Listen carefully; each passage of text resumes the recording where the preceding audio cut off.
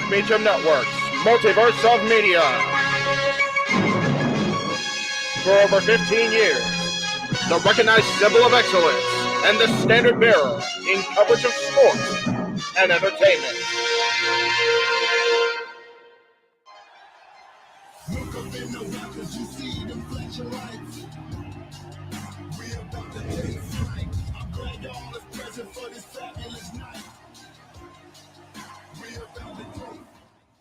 We are live on the Jeff Meacham Network, Multiverse of Media, with our watch-along and exclusive live reactions as Impact Wrestling presents No Surrender. Hello, ladies and gentlemen. That may have been the most scuffed way to do the intro, but it was the very best we could do in a pinch. We are live here on the Jeff Meacham Network, Multiverse of Media, right here on YouTube.com. Jeff Meacham Network, Custody 18 Studios, Jay Hebert Studios, and A Simple Man's Brand, all being streamed live for this watch-along extravaganza for Impact Wrestling. Hold on. I'm still new at this, so give me a minute while I get this. How do you get this picture up? Hey, how you do it? How you do the take? I don't know how you do it. I don't know. We're just gonna do it now. Screw it. Here it is. No surrender. It's no surrender, everybody. Noah, how you doing? I tried to get the picture like to show by itself, but if it's an overlay, it should be under overlays. Actually, if you go down where you do like the color and stuff like that, and where you do the logo. But you're learning. Okay. I'm doing well, and hello everybody. Welcome once again to the Jeff Meacham Multiverse of Media, play-by-play commentary, coverage, and reactions as we look at all things wrestling. Shout out, of course, the ATW family on the Twitter. And of course, I am the simple man with a spectacular voice, christened by good old JM Jeff Meacham and the Renegade JJ Williams himself. Please follow and support Custody 18 Studios. And with me, of course, in the producer role this time, the brainchild of Women Feud Wrestling and FTW Productions, James Hebert. Yeah, I'm looking very forward to this show. We got about 14 minutes till we kick off the countdown, where we got two great matches ahead as the quintessential diva takes on the Virtuosa. And we have Speedball Mike Billy taking on the Foundation, Jonathan Gresham. And hello to Sebek and everybody out there across the Multiverse of Media chat. Please like, subscribe, comment, give it a thumbs up, tell a friend. Appreciate y'all for being here. What's on your mind, man?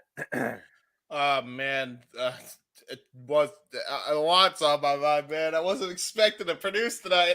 We got it at last minute. I got the role at last minute. For those who are wondering why I'm producing now as opposed to Jeff, Jeff ended up having a situation at his humble abode involving a storm coming. Not Jay Cargill. Yes, exactly. So his power and Wi-Fi got knocked off. So that is why I have taken the producer role as of tonight. And while you will also see us call the action while I'm producing, which is going to be interesting because I don't think I've done that yet. This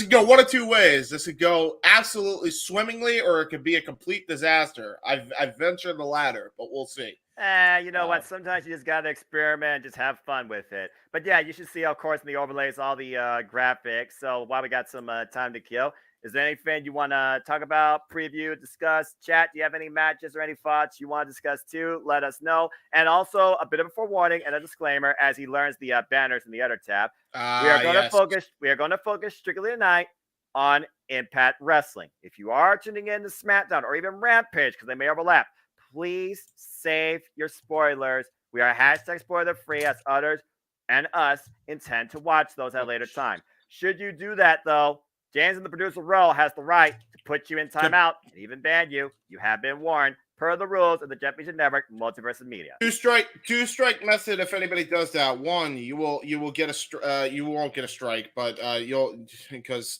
I'm not that petty, but you will get banned or not banned, but you'll get timed out. And then if you do it a second time, you will get perma-banned. So we ain't pulling punches tonight. Do not spoil SmackDown. Do not spoil Rampage. In fact, do not spoil. Yeah, now he's learning how to type banners. James is learning how to use StreamYard in depth, folks. No, I knew how to do that. It's just, navigating where everything is on the Jeff Meacham Network StreamYard. Yeah, his layout is very, very neat. To be fair, it's just I'm very lost. So there you go. Yeah, so there you go. That's and fair. then I have to make it a ticker, and I didn't make it a ticker. Yeah, you Oopsie. just highlight where you were typing again, and then you should be able to change it to ticker. God bless you. Daniel, good to Thank see you. you. He has a fought here, and it's regarding the only thing that's not a match here tonight. I wonder what will happen at the live Busted Open Radio tonight. No surrender. Well, we do know that Bully Ray won the Beat the Clock challenge, so he will get the first say. Tommy Dreamer, of course, and Bully Ray and David LaGreca, they literally have run Busted Open, the weekly forum that everybody tunes in, and some people even get their voices on. I don't think they're going to have a free cell phone line number for you to actually invade tonight. I honestly wonder if they're going to involve the audience here tonight. James, you've been your mic's muted, by the way. You've been a fan of Busted Open, so I wonder if you would want to give your own thoughts. For me, I feel one of two things is going to happen. It's going to set up Bully Ray versus Tommy Dreamer for sacrifice because I feel this thing needs to end. And one of these two's time in Impact Wrestling might be coming to a close soon. Or Dave LaGreca is going to go for a table or get bashed in the head with something.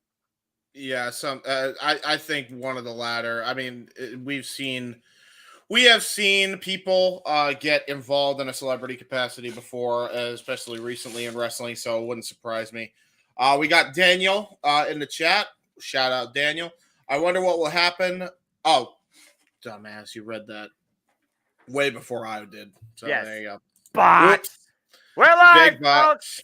folks. We'll do it live. Screw it. I'm trying.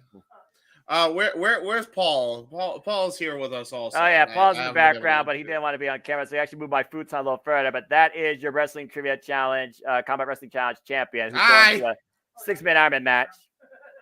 And James said hi if you do want to join in at any time, Paul. He's going to eat first. Let him get you know what? Fair. I was eating before I went on the air, and I was actually going to eat chips, but you know what? Screw it. I'm going to put them back because I don't know. I mean, you're fine. I'll call the countdown, and you can eat during that, and you come in after that. As again, we are 10 minutes away, so let's go ahead and talk about the countdown here a little bit. As again, we got 2 matches. It'll be the Foundation Jonathan Gresham versus Speedball Mike Bailey, a match founded on respect, but we saw what happened when these two coexisted in tag team wrestling against the most professional team in Impact Wrestling in TNA history, the Motor City Machine Guns. It took one miscommunication, and the Motor City Machine Guns were able to isolate, capitalize, and get the win in the end. What's funny is this is not the first time that Speedball and Gresham have gone one-on-one, but it's the first time they've gone one-on-one in Impact Wrestling. And in their stint of singles matches, it's 4-1 Speedball Mike Bailey. Jonathan Gresham looking to start a new honorable road in Impact Wrestling. Speedball Mike Bailey might be looking to take his first step towards maybe re-challenging for either X Division or the Impact World Wrestling Championship. So, James, what's your thoughts towards this match that I can't believe it's on the countdown? I don't think it's going to be less than 15 minutes. I don't know why they're putting this on the countdown other than to maybe get some eyeballs on people that have not gotten into Impact Wrestling. I would put this on the main card because it's oh man, did I screw it? How did that happen? Go to the right yeah, on the right graphic now. Come on, man. Calm that down, once we go right. Okay. So yeah, I don't know why they're putting this on the countdown as opposed to like doing it the other way around, but hey, you know, I'm not the company, so what can you do? Well, yeah, there you go. But why don't you go ahead and go back to that other graphic, guys? I'll let you take a front run on this match as we talk about the Virtuosa, the standard bearer of the Knockouts division since Slammiversary 2020. Long may she reign. The personification of technical excellence and execution. Takes on the quintessential diva, Michelle Shaw, who's looking to once again show why the spotlight only is for her and no one else can be a part of it. What's your thoughts towards this singles encounter? I think this singles encounter is gonna be very fun to watch because I like I like Shaw and I like Deonna, but I think this is an easy win for Deonna here. Deonna Purrazzo made this person. Giselle Shaw made this person with Deonna talking about the fact that she is the Black Widow. No, you're not. That's Tara, of course, of Impact Wrestling. Truth. And that I cannot coexist with any tag team because anybody that tags alongside me, I destroy tag teams. And she particularly talked about VXT and one Chelsea Green, a best friend of Deonna Purrazzo that no longer is part of this company. She went home to somewhere else, unfortunately. And now Deonna Purrazzo's looking to once again show why you don't talk about her. You don't talk about her friends at the expense of probably Michelle Shaw's left arm. Because once that Fujiwara armbar is locked in, Michelle Shaw, the spotlight's going to be on you to say, I quit. I agree. And that's what we got looking forward to on the countdown, or is there more?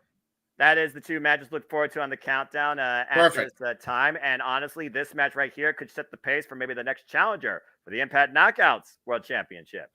Okay, so now that we know that, we're gonna rapid fire predictions. And Paul, if you want to join in, you can too. Josh Alexander versus Rich Swann. Just don't think about it. Just go. Josh Alexander. Yeah, there you go. I agree. Mickie James versus Masha Slamovich. I'm actually gonna go with Masha Slamovich. Much as I love me some hardcore country. I feel like Mickey's going to show a different side of her tonight. Now that she no longer has to fight for the title, she has to fight to keep the title. I think she's going to go 2006 Lithium crazy. I got Mickie James retaining tonight. All right, there you go. And we got Time Machine versus Bullet Club. I'm going Time Machine.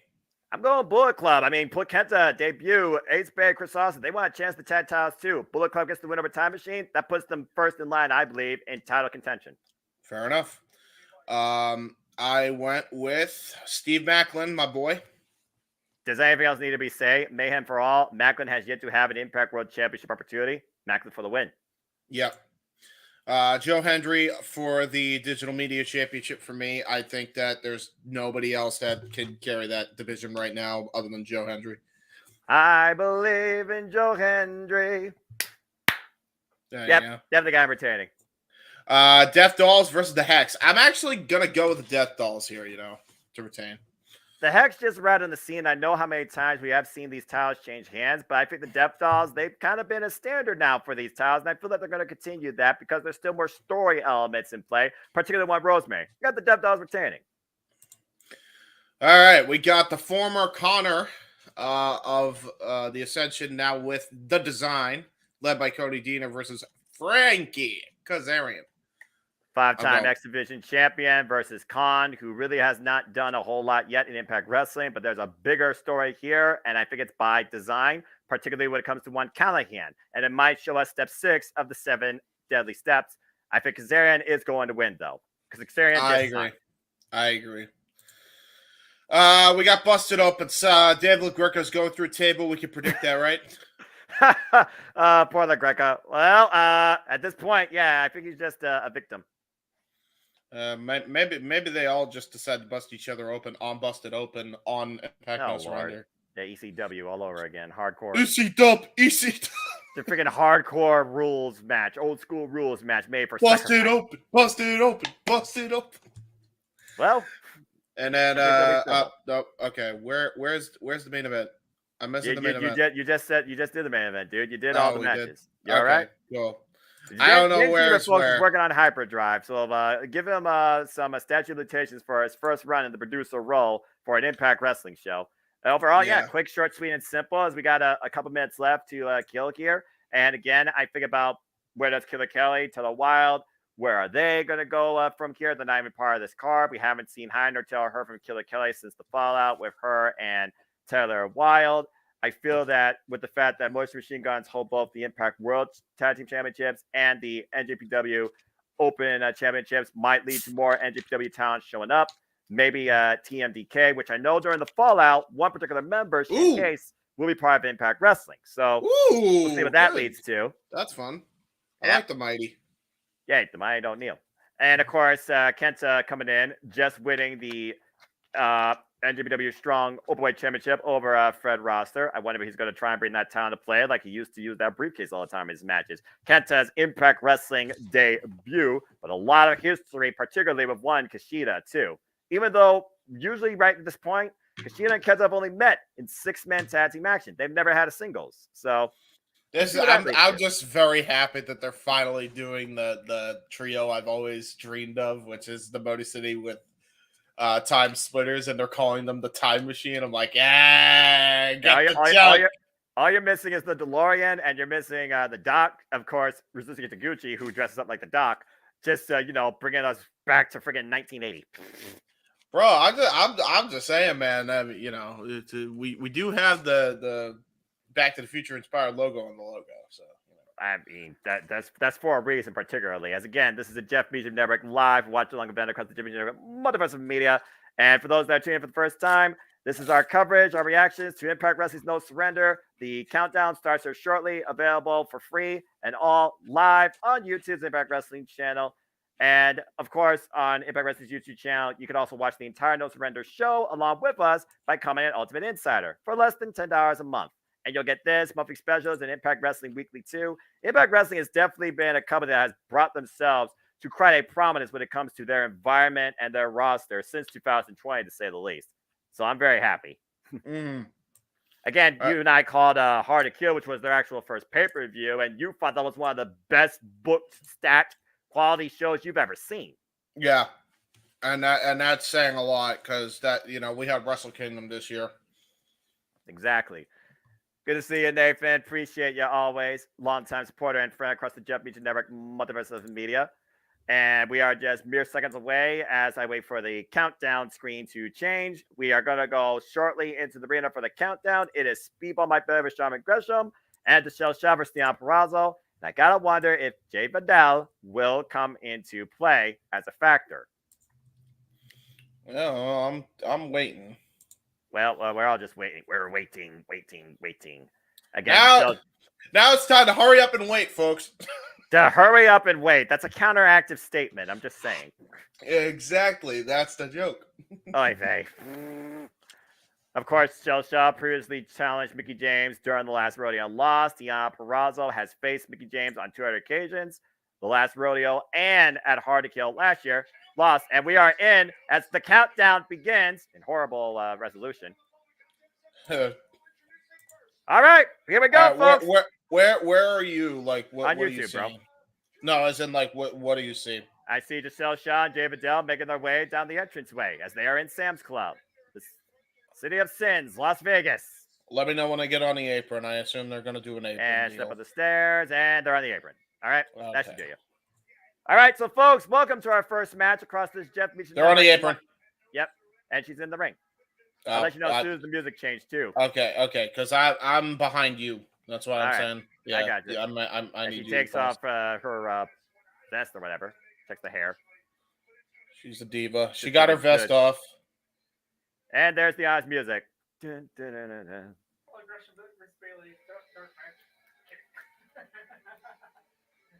Let me know when you hear the Oz music, bro. I just did it. There you go. And now comes forth the personification of technical excellence and class, the knockout of 2020 and on. Long may she reign, Deonna Purrazzo. There you Again, go. let's talk about the reason why this match is going down. It was Michelle Shaw that made this personal, previously tagging alongside Vex, Deonna Purrazzo, and Chelsea Green, former Impact Knockout Tag Team Champions. And then, of course, tagging alongside just Deonna Purrazzo to try and take the titles from the Death Dolls. And they had a fallout. Michelle Shaw finally realized after failing with Tara that she calls herself the Black Widow, and tag team wrestling and her can't coexist, for the spotlight is not big enough for anyone but me. She dropped Chelsea Green's name and talked about Deonna Purrazzo's friend, and now Deonna Purrazzo is looking to take an arm from her after already ruining her look twice with a bowl of food. There's no Gonna be an doubt, interesting one. Yeah, there's no doubt that both these women are out to prove a point on why they should be challenging for the Knockouts World Championship. Bell reigns are underway. There you go. And we are 27 minutes and 32 seconds away from No Surrender going live across the world on YouTube as the countdown begins. We got Evans now. Deonna Purrazzo, 9 years of experience. Michelle Shaw's 8 years of experience. We got a carnival type to kick things off here. Deonna, who held the Knockouts World Championship one time for 343 days. And that was only one of her 2 reigns. Yeah, and Giselle Shaw is, by all accounts, when it comes to Deonna Purrazzo, a rookie in this. Yeah, but she's hanging with the best of them, man. Mickie James, Jordan Grace. This is the first one-on-one ever encounter, though, with Deonna Purrazzo. And Deonna Purrazzo recently in action against Ashley Dubois. And, of course, welcoming in Steph DeLander to the Knockouts division. And now there's a shoulder tackle there by Deonna Purrazzo. just controlling the pace right now. The drop down by Giselle Shaw. Oh, wait a minute. Watch Fidel. Watch Fidel. That's all I gotta say. Get to the midsection. Of course, Giselle Shaw made her intentions be known that she only wants knockout solo gold after being Savannah Evans with the help of Jay Fidel. So we gotta watch and see how he could play as an outside factor. And there's Giselle Shaw with her own shoulder tackle. Bounces off the ropes. Here comes Deonna Purrazzo. Tierra's takeover. Down goes Shaw. Boom! Pump kick. Now look at this. The pace for the night. Standing moonsault. Ooh, man, messy cover hooks the near leg. Gets a 2 count. Yeah, that was really good strategy, though, by Deonna, because if you notice, instead of going right down with the moonsault, all of her force and weight just goes right to the chest of Giselle Shaw. Really smart strategy there by Deonna Purrazzo. And, of course, we know how disciplined Deonna Purrazzo is when it comes to her wrestling, training in MMA and lucha. Oh, trapping her in the apron, though, trying to take advantage. Yeah, Giselle Shaw did. Oh, there's a pump kick right to the side of the head. And I believe, Noah, her head may have just smacked off the apron. And Giselle Shaw may have just changed the course of this matchup. For those that don't know, the apron being, of course, James, the hardest part of the ring. I think you very well could be onto something here as she brings her finally back inside. There's a cover. Cook's leg barely gets a 1 count. And again, this will not be the only knockouts action we get. We have the Knockouts Tag Team Championships on the line as the Death Dolls defend against Hex, Sienna, aka Allison Kay, and Marty Bell. And of course, the Knockouts World Championships on the line as Masha Slamovich looks to smash and dethrone Parker Country Mickey James. And that's just a couple of matches ahead on this stat card tonight. No surrender. Ooh, nice spinning elbow. Cover, hooks the leg, and Deonna gets the shoulder up at 2. Giselle, every match that she's had on Impact Wrestling so far, she has really shown what she's capable of inside the ring. Do not let the pretty appearance fool you, as she now is choking Deonna Purrazzo on the middle rope here. Yeah. Fire is on tonight. Giselle Shaw right now just taking it all in, hogging the spotlight. Calls herself the quintessential diva for a reason. A former Rev Pro Women's Champion. Deonna Purrazzo fighting back, couple forearms. Oh, knee just bent her over back down to the mat. Again, up to this point, Deonna Purrazzo has had Giselle Shaw outsmarted countless times trying to embarrass her. Yeah, now it's time that's all about her. Now it's time for the quintessential diva to apparently return the favor here. So far, she's been in control since that apron spot, like you said, driving her boot in the side of the head of Deonna up to the ref's 5 count. Gotta admonish that.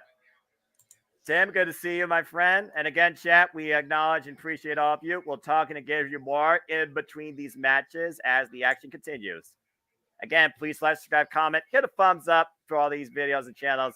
Tell a friend, become part of the Multiverse Media, giving you all coverage of all things wrestling. Again, shout out to our family ATW. And, of course, all discussions, too. Stay tuned for, of course, Open Mic Night tomorrow night, where there'll be WrestleMania Fantasy booking. Nice Irish whip there, as we are just under 23 minutes away from No Surrender officially beginning as the countdown moves forward. Oh, drops the boots in the second rope, driving her elbows. Yeah, that's just dirty by Shaw. Ooh, double foot stomp right to the gut while she's hung. Cover 2, and Deonna again gets the shoulder up before 3. Well, that was definitely an innovative tree of woe by Giselle Shaw. She's not ready to, call the curtain on this yet. Got a chin lock now in the middle of the ring. Remember, if she hits 3 of those, she's goated. Fair enough. Of course, Giselle Shaw first came in here off a rivalry against Lady Frost. Previously, Lady Frost and Giselle Shaw challenged Deonna Purrazzo during the champ era for the AAA Reina de Reinas Championship. Whoa. Nice takeover there. What is Noah's no surrender? What does that mean, Tim? It means that my voice has no surrender. And you think I have no surrender now? Wait till WrestleMania week. And now look at that. We're trading forearm strikes here between the two ladies here. Deonna Purrazzo trying to get some fire here. Picked up speed. And boom, when it collides down the middle of the ring. Same thinking, same outcome. Impactful stopping point, to say the least. We got a 2 count here by the referee. Both women down on the ground here. We gotta see if someone can capitalize from this. Who gets them to their feet first? They both rocked each other on that. The only difference is there were no thumbtacks in the middle. What happened last night with Trey Miguel and Crazy Steve and Monsters Ball for the exhibition title. Yikes. Deonna Purrazzo What a with the brutal chops. match that was. Right now. It was ridiculous first. I loved it. Abyss beyond her. Whoa! Deonna Purrazzo picking things up here. Dropping the quintessential diva. Shots to the midsection spinning there off the Solvat. rope. Rising knee. And a Russian leg sweep. Here's the cover. Hooks the leg and just Shell still in this. Uh-oh! And immediately, Deonna going to the well. The Fujiwara armbar. Her expertise. A little bit of Shell. Great awareness with the rope through. Uh-oh. Looking to hook her up. Pop handle. Yeah, trying to go for Gotch style. Counter. Snapdragon. Ooh, trying to go for... Oh! Jeez, trying to do a backbreaker. I don't know if she Stuck got it all of off it. cover too. No! Wow, she almost got it. If she had hit that backbreaker, that could have been it. I think that might have been what screwed her over because she hit the flatliner perfectly, but the backbreaker, Deonna was able to shift her weight for it to lessen the impact, and that may have been what saved her there, Noah. Well, again, shares of a lethal combination, but like you said, 2-for-1 special, one move more powerful than the other. Shock and Awe did not finish this match, but it looks like the Shell. Oh, this is not wise. This is very bold. Oh, gonna pay for it. Oh, jackknife. Looking for the Queen's Gambit. Ooh, took her out of the knee. Imagine the statement. That would have been if the Shell hit that. Ooh. Dana denied. The knee strike. Oh, bringing her back down again. Hook in the arm. Back to the Fujiwara. Trying to extend it. With the Shell trying to keep her body up off the mat. Jay Vidal trying to root her on. Push her body to the ropes and gets to the rope to break the hold. Yeah, the long legs of Giselle Shaw just saved her there. Dan Matt Helms, good to see you as well. Jay Vidal, again, playing distraction. Deonna Purrazzo needs to stay focused here, though. And that might be the time, though, that Giselle needs to get back into this. Jay Vidal on the apron. Giselle looking for the Queen's Gambit. Gotch style pile driver. Can't she hook her up? Oh, wait a minute! Savannah Evans! What is she doing here? What the? Hook and Deonna. Oh! Full Nelson slam. What the hell, Evans? The official didn't see it. And now look at this, Giselle Shaw! Rising knee strike! Lights out, cover, 2. Giselle has beaten Deonna Purrazzo. Wow. With an unlikely assist from Savannah Evans. I thought the spotlight was too big for another person. When did she get a freaking co-star? Damn it! Apparently, it's not too big if the money's right. Well, money talks apparently, and the quintessential diva has a budget for days. Savannah Evans no longer rolling with somebody that was all about flavor. Now she's rolling with somebody that's all about the spotlight. Oh, there you go. That's our opening contest. We got to see how that's going to change things going forward. The dynamic of the Knockouts division got a whole different look with the quintessential diva as she picks up a win over a former Knockouts world champion. From one world champion to another, will a former Impact world champion on a 2-year journey to get to this point once again reclaim the gold and his spot at the top. I'm a little bit annoyed by that, but I did not expect Savannah Evans to play on behalf of Giselle Shaw, considering Giselle Shaw beat her with the help of David. I expected Giselle to beat Vidal, not the other way around. Well, that screwed me. One wrong. Damn it. I've got to screw a lot of people. Let's see what y'all saying here. Nat, good to see you. How's you doing tonight, everybody? Yep, hit that like button. We appreciate the love, the support. I guess YouTube has algorithm likeness for that as well. So, yeah. So, James, again, Savannah Evans, hired muscle, apparently. I was a little bit annoyed by that, not going to lie. And right now we got a video package, folks, regarding Rich Swann's journey up to this point. And, of course, Josh Alexander not only the shortest ever Impact World Champion, but the longest reigning Impact World Champion. And he doesn't look to stop the later half. Not tonight. Can Rich Swann shock us all and once again become the Impact World Champion? Again, is a friend your greatest ally, but also your greatest threat? Because a friend knows you inside out. Josh Alexander ate that kick last week Thursday and knows what Rich Swann is capable of. Yeah, this is going to be a hell of a match for the Impact Championship. I'll tell you that right now.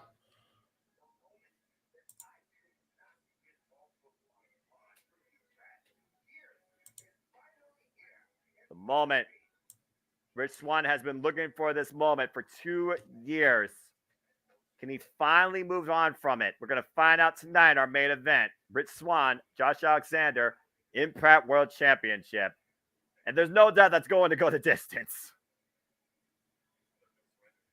We know how far Josh Alexander can go, though, James. He's gone 60-plus minutes with the likes of TJP and nearly 6 minutes Speedball Mike Bailey. Can Rich Swann handle that?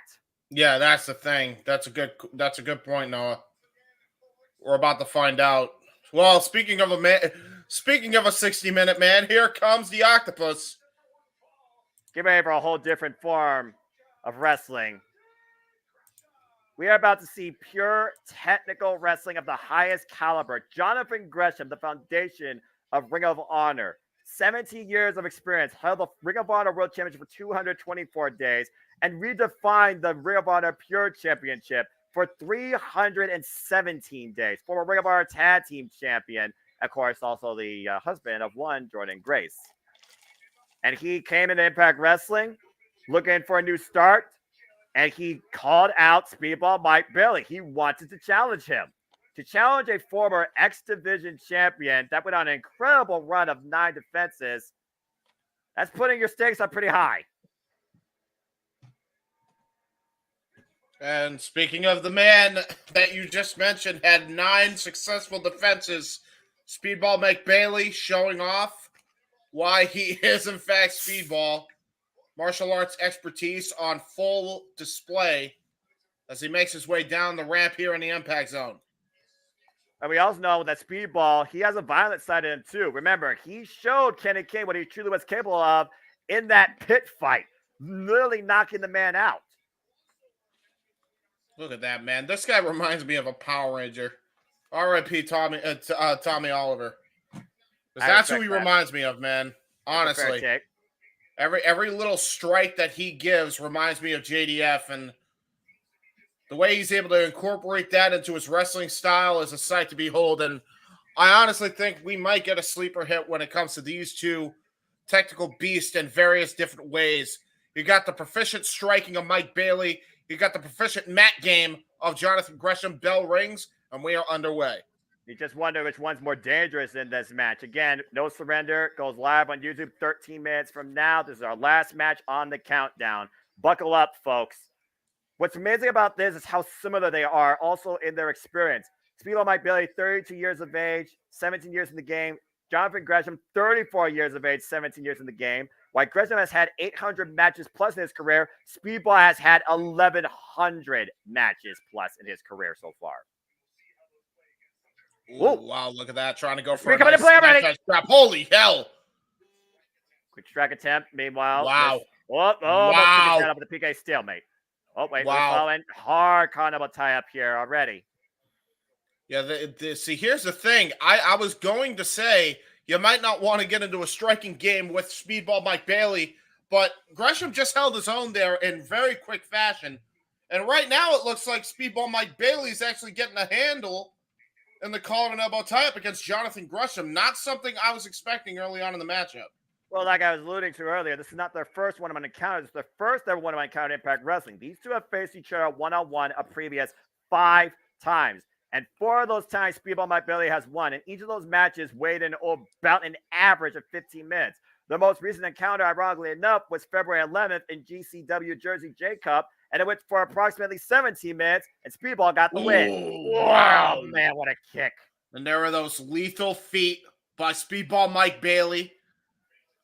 And a knife edge chop to follow, just trying to cave in the chest of Jonathan Gresham. Jonathan Gresham returning chops in kind. And now we got a chop-off battle right here in the middle of the impact zone. Let's see who gives first. Oh, man. Wow. Oh, wow. That was right to the leg. Yeah, a knife edge chop right to the leg. You don't see that often. That's what makes Jonathan Gresham so innovative and dangerous. Woo, man. And you were saying? Lightning knee strike with the final shot to the side of Gresham's head, bringing him on the apron. Yeah, those dangerous knee strikes, those quick and fast, lightning fast knee strikes, and into a pump kick to follow up after the insecurity that sunned him out of the corner. ring. Triangle moonsault. Wow. Oh, wait a minute. He may have hurt his leg, though. Or that kick from earlier, like you said, pinpoint to the hamstring as people might be able to Jonathan Gresham. Are we already seeing damage done? Again, tying up the leg, man. And that's what's brutal about Mike Bailey, man. I should say, that's what's brutal about Jonathan Gresham. He's able to change up his game on the fly there. He's able to adapt to any given wrestling situation and be able to pinpoint a weakness. You take down the high flyer's legs, you take down his tree trunks, he ain't got much to work with. These two have fought across Combat Zone Wrestling, C4, Global Championship Wrestling, and now Impact Wrestling. So they definitely have made their way across the industry. Oh, Gresham blocks the foot. Throws Speedball off. Oh, he's a kick to the midsection, knocking the wind off him, dropping him to his knees. Bro, it's like Anderson Silva at a prime of his career just kicking the hell out of a prime Conor McGregor. It'd just be brutal. Listen to these shots, man. Holding up on Impact, of course, with the MMA mixed martial arts background you allude to, Speedball Mike Bailey, barefooted, trying to take away the leverage and the breath of the octopus. And think about this too, Noah. You mentioned he's barefoot. Not quite, because he's got kick pads.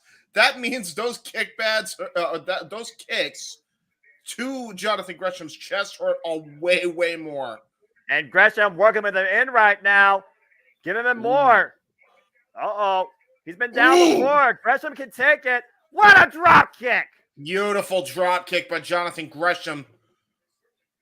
Certainly feeling the impact of those kicks. You see him grasping his chest and just trying to get his breath. We are 9 minutes away from going into No Surrender across Impact Wrestling's YouTube channel. Ooh, nice spinning Silva into an axe kick. Oh my gosh. And again, the bad leg. The leg that Gresham kicked earlier. Oh, what's Speedball thinking here? There's a run up. Corkscrew. Oh, no. Oh, and he landed right on his bad knee, Noah. I thought he was going for the corkscrew instead. Shooting star press counter. Meanwhile, out of the ropes, and Gresham stomped to the leg. Wow, that was brilliant by Jonathan Gresham. The lower leg. Brilliant by him. And now he's just working over that knee. This is Jonathan Gresham. This is the octopus in his element here. Most dangerous man on the mat, some would say. Pulling a page out of Serena Deeb's playbook, driving the knee in the mat like you were talking about earlier. Now looking to tie him up. Oh, wow. There are the up kicks still with the good leg. He still has one good leg if he only has one bad one. Oh! Jesus. All right. Just punch him in the face. That'll take, he'll take care of that. He's asserting his dominance. He's got the upper position, so. Oh, Jesus. Speedball still has his upper body free, though. Overhead chops, the side of the head and neck. Not even overhand chops, bro. They're just trading open hand palm strikes right now. No, that was a chop to the side of the head and shoulder, dude, right there, okay? The legs are tied up by both men now, and looks like finally both men release. And that may have just stunned Mike Bailey enough for the figure 4 leg lock here. Well, we've seen Gresham use this move in the past. Speedball Mike Bailey needs to roll over to reverse the pressure or make his way to the rope to break the hold. Oh, watch his shoulders, though. Cover, too. Almost got the pinfall there, did Jonathan Gresham. Well, the pain has to be excruciating right now. Cover again, too. Think of the way he has this locked in now. Very a lot of similarities between his mentor Jay Lethal. The way he has this cinched in like this, trying to drag him to the ropes. Gresham once again dragging him to the center. It's a tug of war here right now. In the figure 4 leg lock. Gresham in control. We recently saw, of course, Jonathan Gresham last had the Ring of Honor Pure Championship here and had a classic against Chris Sabin. Again, one of the guys that defined the art known as pure professional wrestling, established in Ring of Honor by the likes of Bryan Danielson and the current champion, of course, Wheeler Yuta. Speedball once again trying to find some sort of leverage, some sort of freedom from the figure 4 leg lock. Ropes are right behind him, but it's got to feel like a mile. Yeah, that's because it is a mile. But there he is. He finally got to the rope. The adrenaline makes a man do crazy things. Finally bringing up the submission hold, but how much damage was done? I was about to say, it did a lot of damage. It did a lot of damage, and that is very bad news for Mike Bailey here. Drop down. Wait a minute. Looking for the drop kick. Oh, aggressive scout it. Saw it. Oh, man! Wow! That's like coming herself there, leg tail. Oh! How close was that from Speedball Mike Bailey into the knife edge kick there? Got countered by Jonathan Gresham into the German suplex.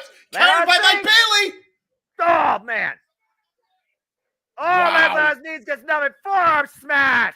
That was just brilliant counter wrestling by both men. What an exchange. Both men down on the mat.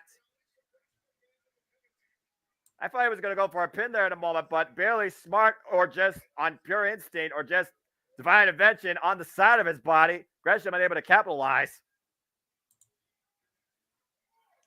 Might have a 2-pound place there.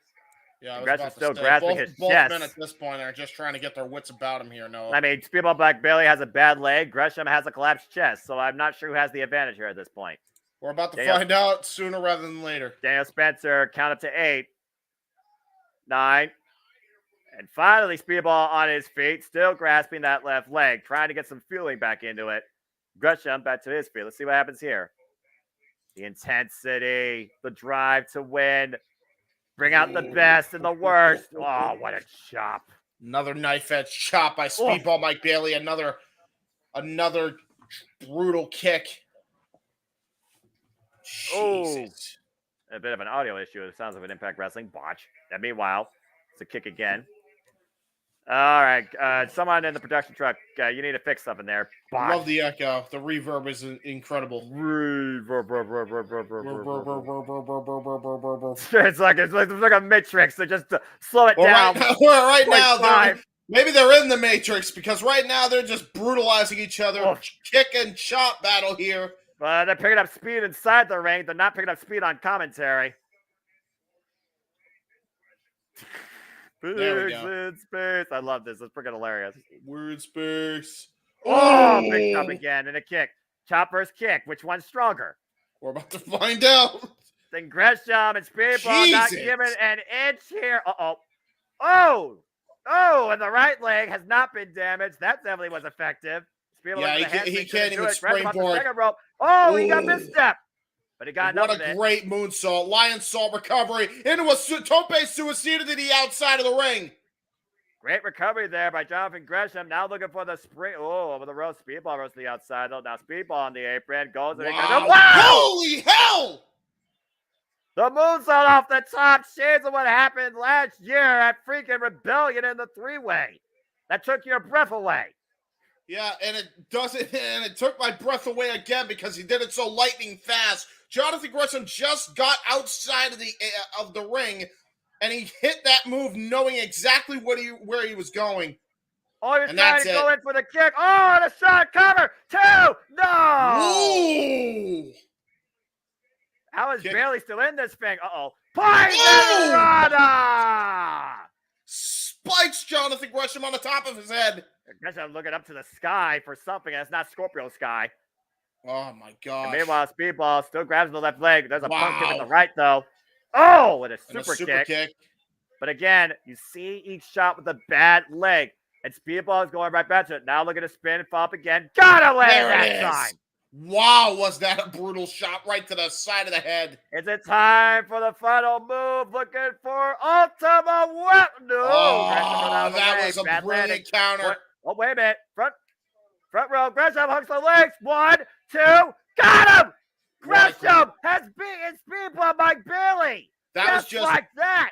That was just brilliant. Poison Rana instead he front rolled him and trapped the legs. Yeah, that was just brilliant because he knew his leg was damaged enough.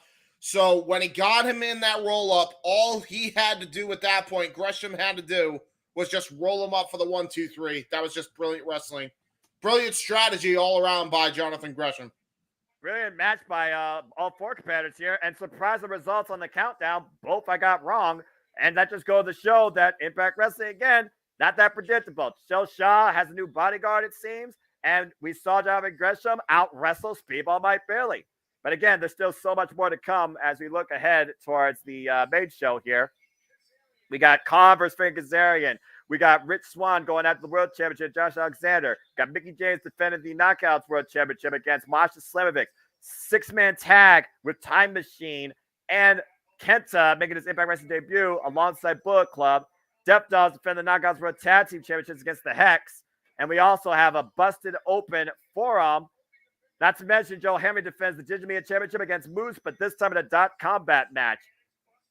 And of course, we'll determine a new to more contender in fair four-way action with Macklin, Brian Myers, Heath, and PCO. It's a lot ahead still, and we're just getting started as the action keeps on rolling and heating up. Whew. As they run down the card right now, I'm already spent after that. Dang, man, I'm pleasantly surprised. Congrats to Jonathan Gresham. Big win. He worked over the leg, and he trapped it, and there was no way for Speedball to kick out. This is going to be a fun night. Everyone across the JMN social media, you ready to go? James, are you ready to go? I'm ready to go. I have a cup already. Impact Wrestling No Surrender starts as I go to the main feed right now. Alrighty. Main feed. FBI warning. It's right next to the video. You should be good. Okay, good. Because you just go to the membership thing. I got black screen right now. There's the FBI warning. 250,000. The FBI ain't watching me. I'll make $250,000 by the time I'm 65. You're right.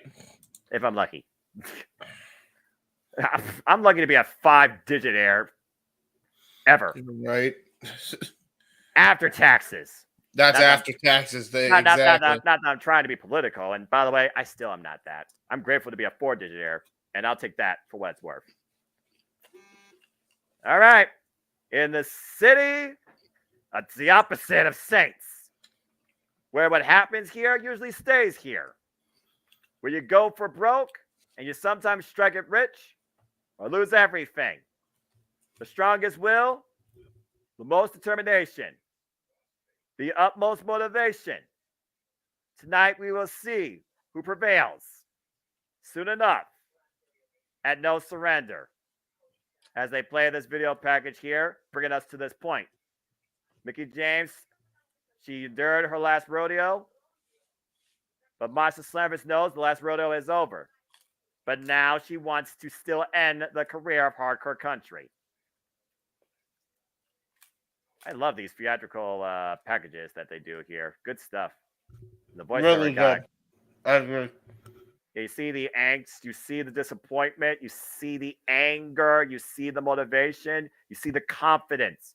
You see it all tonight from Impact Wrestling. As that is ahead. A nice picture there, James. I wonder who this could be, even though he's not here. Shout out to the guy on the marquee, good old JM, Jeff Mother Bleep Meacham. Appreciate you always, my friend. I hope you enjoy the show when you can. And folks, use the hashtag No Surrender to be a part of the conversation, but also like, subscribe, comment, and tell a friend. This very night, the hardened will, the bigger heart, the tougher conscience will shine.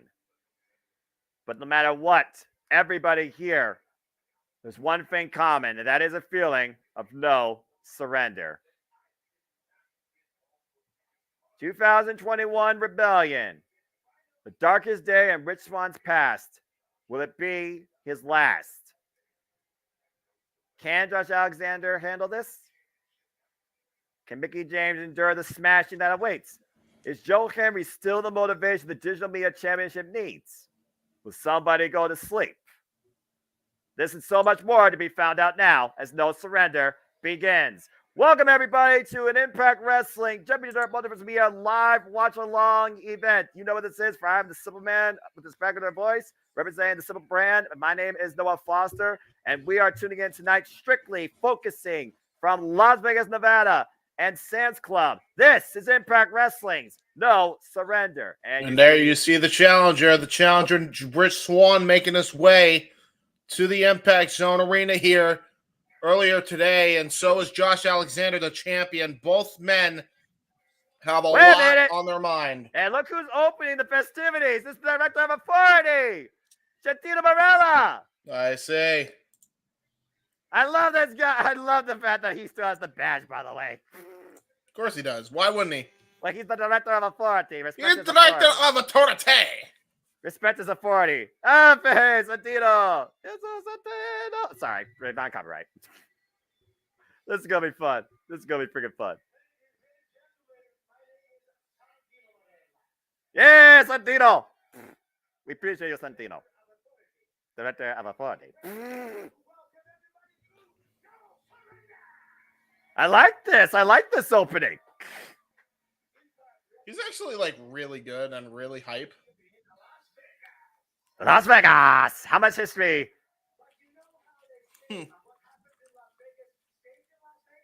Yes.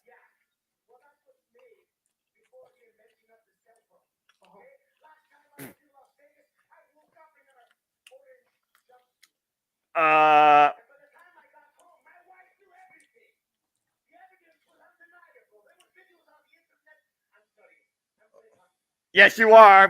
Don't need that story. Sounds like Pineapple Express 4. I need you to pause for like 2.5 seconds, and then unpause. Frankie Kazarian. Wow, that was perfect. Here comes Frankie Kazarian, baby. There he is, man. The Full Metal Rebel.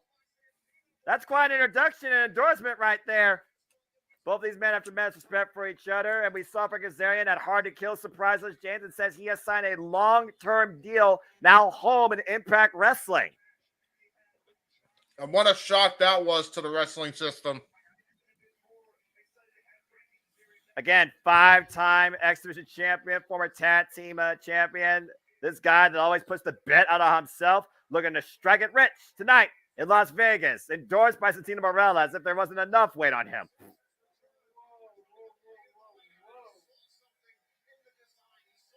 But again, Frankie Kazarian looks to exploit a flaw in the design. He sees something that Callahan doesn't need. He thinks that there is something more than meets the eye. And tonight he's looking to expose it at the expense of Khan. Will the design carry out what they need to fulfill? Will Callahan do something against his own will? It'll be Khan versus Frankie Kazarian one-on-one, but you do see the design in full. Diener, Angels, and of course now Callahan, the former Death Machine. So what happened to Joe Doring? I know Eric Young is gone. I think he's still facing cancer, my brother. And again, all the best to Joe Doring. I hope that you prevail, and I know that you will. Damn. So now, looks like Angels and Callahan are going to escort Khan to the ring, but I'm not sure if they're going to be in his corner as Dino watches on from the entranceway. Eric Young said before he left, I was the designer, but you were the design.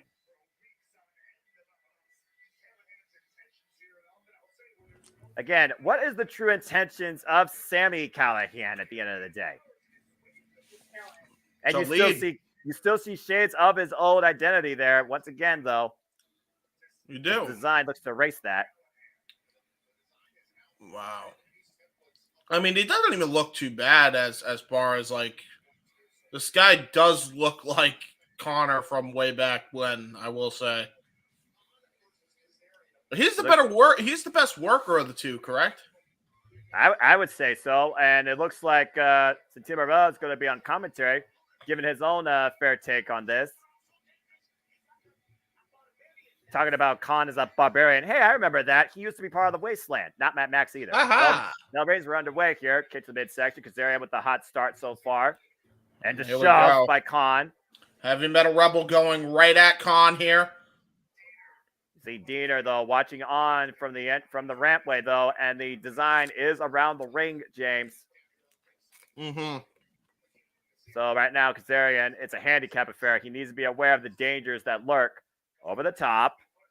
And Khan looking to follow. Oh, slides underneath. Kazarian, big chop, doesn't even phase the big man.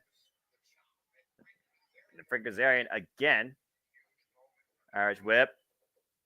Again, what is the purpose of the design? What's been your take on this whole thing, James? With, Sami Callihan, Death Machine, literally saying, I want to be part of the design. But Diener has said the design chooses you. You don't choose the design. I think there might be some underlying tensions if I know Sami Callihan for as long as I've seen Sami Callihan work. Put it that way. Then now, got chop fair on the outside of the ring. Oof. Big overhead shot. Yeah, real quick, I need you to pause another 2.5 seconds. I thought we were in sync, and then we weren't. Driven him into the apron. Meanwhile, oh, God, what a clothesline. That dropped Kazarian. You saw it, right? I just saw it now, yeah. All right, good. So we should be pretty good. It's YouTube. Well, that's a difference maker. Sure is. And now look at that, going to the outside of the ring. Still going to continue the punishment. Brutal uppercut.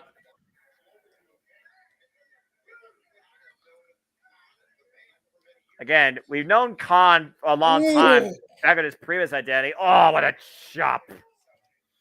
Open hand chop. And then out of nowhere, we saw Alan Angels and Khan become part of Diener and this design. And you honestly wonder if that's been better for his career development. Well, it's definitely given him more opportunities as far as Impact Wrestling goes and just in general, that's for sure. And meanwhile, oh, whoa, that was just mean back by drop. Almost like a toss. Yeah, just a raw power there by Khan. Big drop elbow. Big elbow strike is enough. Cover two. Kazarian with the shoulder up. And he did a corkscrew variation on that elbow. You see Callihan over on the right-hand side of your screen. Rooting on Khan. But also, I wonder if he's thinking about what Kazarian was saying to him. Again, Frank Kazarian returned back to Impact Wrestling, looking for a fresh start. Previously challenged Josh Alexander last year for the Impact World Championship at Overdrive. While Callihan has been put for this decision. Cover again. And the shoulder up. Hook of the leg. All these steps. Commitment, allegiance, loyalty, respect. A bit of a perverse way to try and redefine an individual. Oh, the power. Oh, good Lord. Try to swing him around. Too big. Wait a minute. Uh-oh. Go, man! Wow, spine on the pun. Is enough? Two? No, Kazarian with the show up again. And that was right after countering a crucifix bomb attempt with just raw power also. This guy is a powerful, powerful individual, is this Khan. It's not the first time that Kazarian has taken on a bigger individual than himself. Oh, neck crank.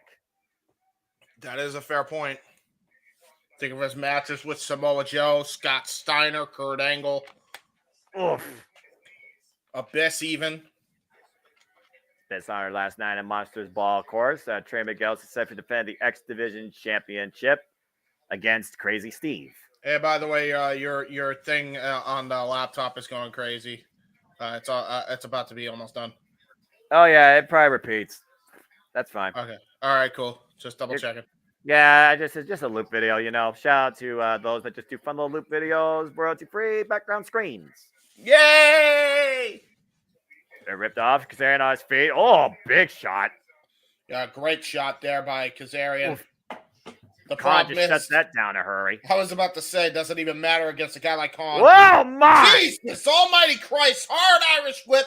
Tosses Kazarian over the top rope and onto the floor. I don't even know if he hit the padding. He may have hit the floor. I mean, he's on the guardrail edge, if that tells you anything. It almost looked like he was bent around it, so I think he rolled towards it. If that helps with the impact at all, which I don't think it does. And Khan looking to follow up. Khan with all the momentum right now, wearing down the former multi-time TNA X Division champion. Again, the one thing Kazarian really hasn't done in this company is win the big one. And that's the whole purpose of him returning here, too. But again, Kazarian has to worry about not only Khan when he's on the outside ring, he's got to worry about Diener and Callahan. Or excuse me, Callahan and Angels. Diener hasn't moved. That was just a big haymaker. Khan somehow still up on the apron by one hand. Yeah, that's the thing. Like, Khan is just a very big Khan with man. the leg drop. Wow, that was a great fake out, though, by Kazarian. Right now, Khan draping over the second rope. And Kazarian looking to follow up off the second springboard. There's the springboard leg drop. Turn his body in midair. Right to the back of the head, too. Trying to wear down the big man just by targeting the back of his head. Honestly, might be the most effective strategy he's had so far in this matchup. So this is the moment that Kazarian needs to capitalize on this thing, bar none. This might be the weakness that Kazarian was looking to exploit as he was talking about. Oh my God. And a shoulder thrust just crumbles. And I repeat, crumbles Kazarian right down to the canvas. That knocks the wind out of you. And looking to follow up in the fireman's carry. What the hell is he looking for here? Nope. Kazarian. Oh, Scorpion Death Drop there by Kazarian. A great spin, too. No. And he did the half shoot into a cradle type pin, and it still wasn't enough to get the W, though. Kazarian, though, might be looking for that ace in the hole. The chicken wing. Can he lock it in on the big man that's down his knees? Khan still's too strong. Yeah, shades of his mentor, Bob Backlund in the past, and now look at this, just brutalizing Khan. Brutalizing Khan as much as he can, trying to bring him down to the canvas, and now he may be able to lock in the chicken wing. That's that full death metal rebellious nature that Kazarian has always carried with him. Just unleashing that on Khan. Once again, Khan fighting back, driving Kazarian in the corner. Kazarian still looking to lock in the chicken wing, though. And now driving his elbow in the head of Kazarian. Back elbow strikes and a headbutt. That was the thing. It was just Khan is too strong right now. You have to do twice as much, maybe even 3 times as much to get a guy like Khan down as much as you do any other opponent. And that's the key difference here between Khan and Frankie. Frankie has to have a quick and fast strategy here. Well, Frankie Kazarian, definitely the quicker, more agile one. To the top rope with Khan. Are you kidding me? No way. Flux capacitor attempt. No way. Oh, got countered. Dropped to the canvas there by Khan. And now, oh my God. What the hell is Khan doing? Khan from the top rope. You kidding me? Oh, giant headbutt. It's nothing but canvas. Yeah, did he ever? And that might be all he needs. Maestro Cradle! Ooh, kick out by Khan. But once again, right into the chicken wing. Yep, he's on the mat, on his back. Kazarian looking to take advantage, trying to lock in the chicken wing. Does he have it? I don't know if he has enough of it in. He's got one. He's got pretty hooked in, but the problem is the traps. The traps of Khan are just way too huge. And now we got the distraction from Alan Angels. Wait a minute. Angels and Diener trying to come into play now. Angels driven off the apron. Callahan looking for something. Steel chair. Oh, no. Callahan's got the chair. Oh, no! Oh, no, he didn't realize. Was Callahan acting on his own will also, James, or was that what Diener wanted? No, you could tell he was trying to hit Kazarian, but Kazarian saw it coming. And Kazarian reversed him into the chair. Slingshot cutter! Oh my God, did he hit that cutter? Cutter hooks the far leg. Kazarian with the win. That's how you do it. Maybe the weakness was not Khan after all. Maybe the weakness is Sami Callahan. Accident or not, Noah. I think it's safe to say Kazarian just exposed a flaw in the design. Diener apoplectic. I don't think step 6 happened tonight. If it did, I think Callahan might need to repeat it. Either way, Kazarian overcomes the design tonight and beats Khan. Kazarian wins our opener night at No Surrender. Well, whatever Sami Callahan does next, don't be a weenie. And sorry, I forgot to get the graphic up. We might as well do it now that Watch. the match is over. And now, Where- and now we got GM Miller talking with the most professional wrestler, Brian Myers. So this was the match that happened earlier that I didn't get the graphic for, and I'm going to try to stop doing that. He's learning, folks. And also, James, why don't you go ahead and put in the results across the ticker? Yeah, that's what I'm doing now. Major players, little hiatus. Oh, that's a polite way of saying that. Oh, I don't know what Mike Cardona's future is.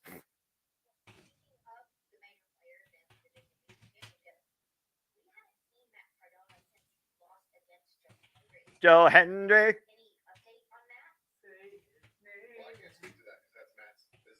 Oh, okay, that's fair. Respect Matt's business. He humiliated him. Da da da da da da da. Edges. Sorry. All right. All right, he's gonna make a fool out of him. Yeah, we'll see.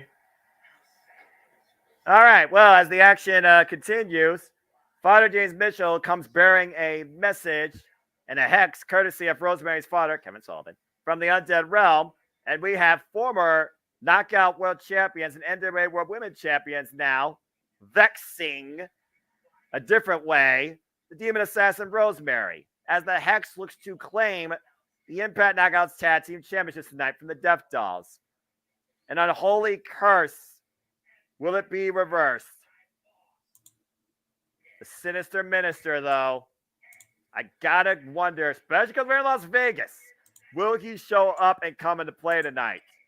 What's already been a bit of a surprising night, could we see a title change? Dwayne is not happy with the result of his simply predicted picks tonight. Well, again, this just goes to show Impact Wrestling is anything but friggin' predictable. Oh, man, Hex marks the spot. And if they hit that tonight... That's a really good tech finish. Damn. If they hit that tonight, then they will claim the treasure that is the Impact Knockout Tag Team Championships. Extinguish. Okay, that's Extinguish. AK-47. Oh, I hope you lose now. I hope you lose now. I'm already a mark when it comes to freaking Taya Valkyrie and everything, and Rosemary, to be honest. But now you just sealed the deal. To be honest. All right. Let's see what happens here. So, does anyone know why Scott D'Amore is really gone? Is he gone? No, he was at the NJPW Battle in the Valley pay-per-view on commentary. I feel right now, maybe he's just taking a little bit of hiatus, or maybe he's doing other business. Yes. Why not? Maybe he wants to change of scenery for like a few weeks. Let him be.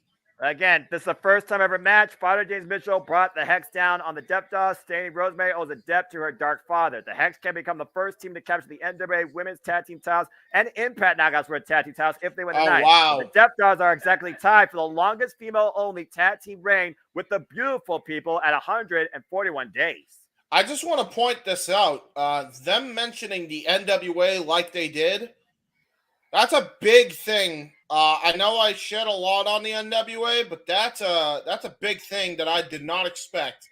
Well, I mean, back in the early inception, you knew it was NWA TNA ruled by the likes of Jeff Jarrett, who had the NWA World Heavyweight Championship. Yeah, but remember, there was a lot of heat recently, so maybe Billy Corgan is finally stopped being stubborn and allowed their wrestlers to go outside of the walls of the NWA. Yeah. So again, the Hex, former NWA Women's World Tag Team Champions, wherever they've gone, they have claimed Tag Team Gold. And here comes James' favorite theme. Yeah, and I still can't find it. That makes me laugh.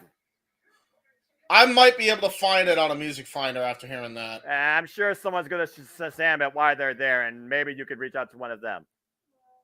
Oh, audio issue. Botch. Impact, no!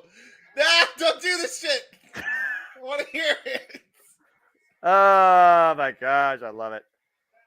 Again, Has bad luck fallen on the Death Dolls tonight? Will a hex be carried out courtesy of Father's J. Mitchell? Wow, that is a really bad audio issue. Botch. Someone in the production truck's having a really bad day, or maybe Rosemary is cursed, and she's cursing the production. Maybe it's Danhausen. It's all Danhausen's fault. No. Do not bring up Danhausen's name and Impact Wrestling in the same sentence. That's too much craziness. And this place has Crazy Steve. They're both fucking it up. That you're not wrong. Where is the audio? There it is. Oh Audio's coming. It's back. It's back. Of course, the Death Dolls regained. No! It's not back. Again. It went away.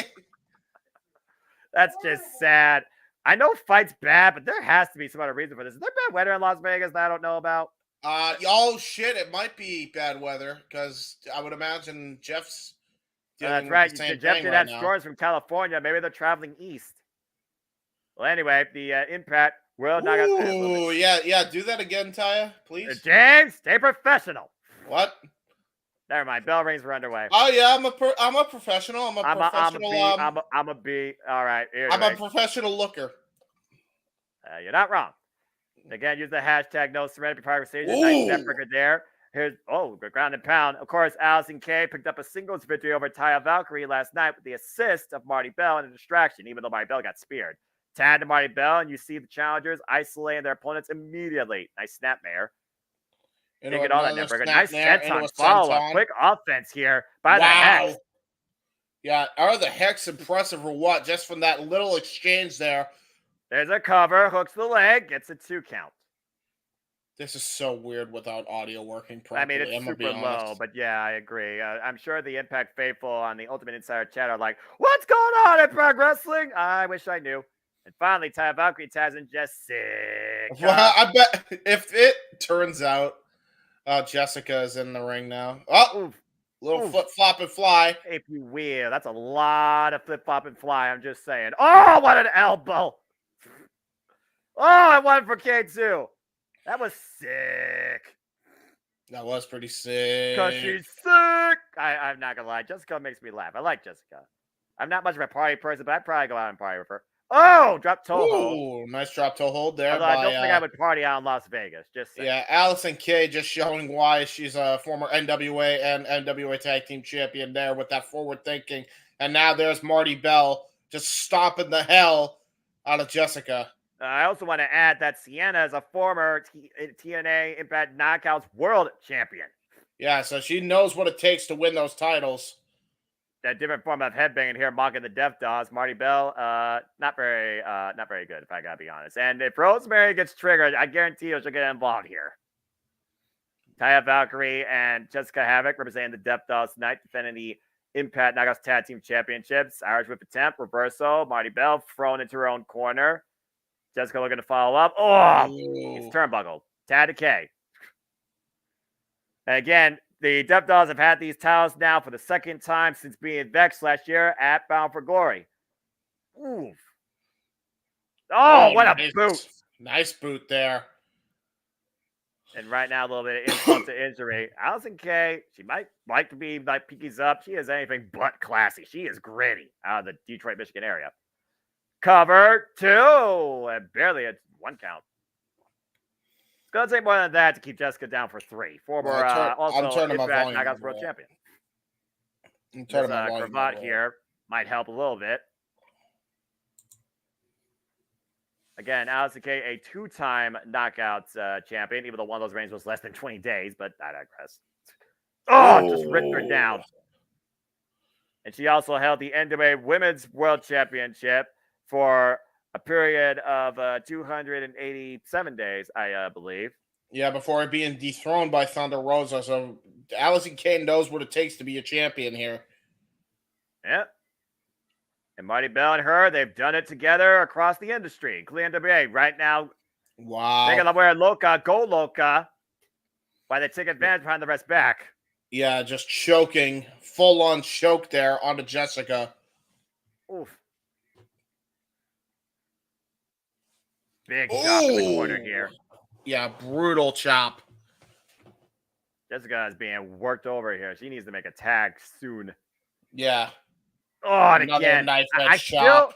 still can't help but think what fires Jay Mitchell was Tom when he says, Jessica, you remind me of somebody I once know.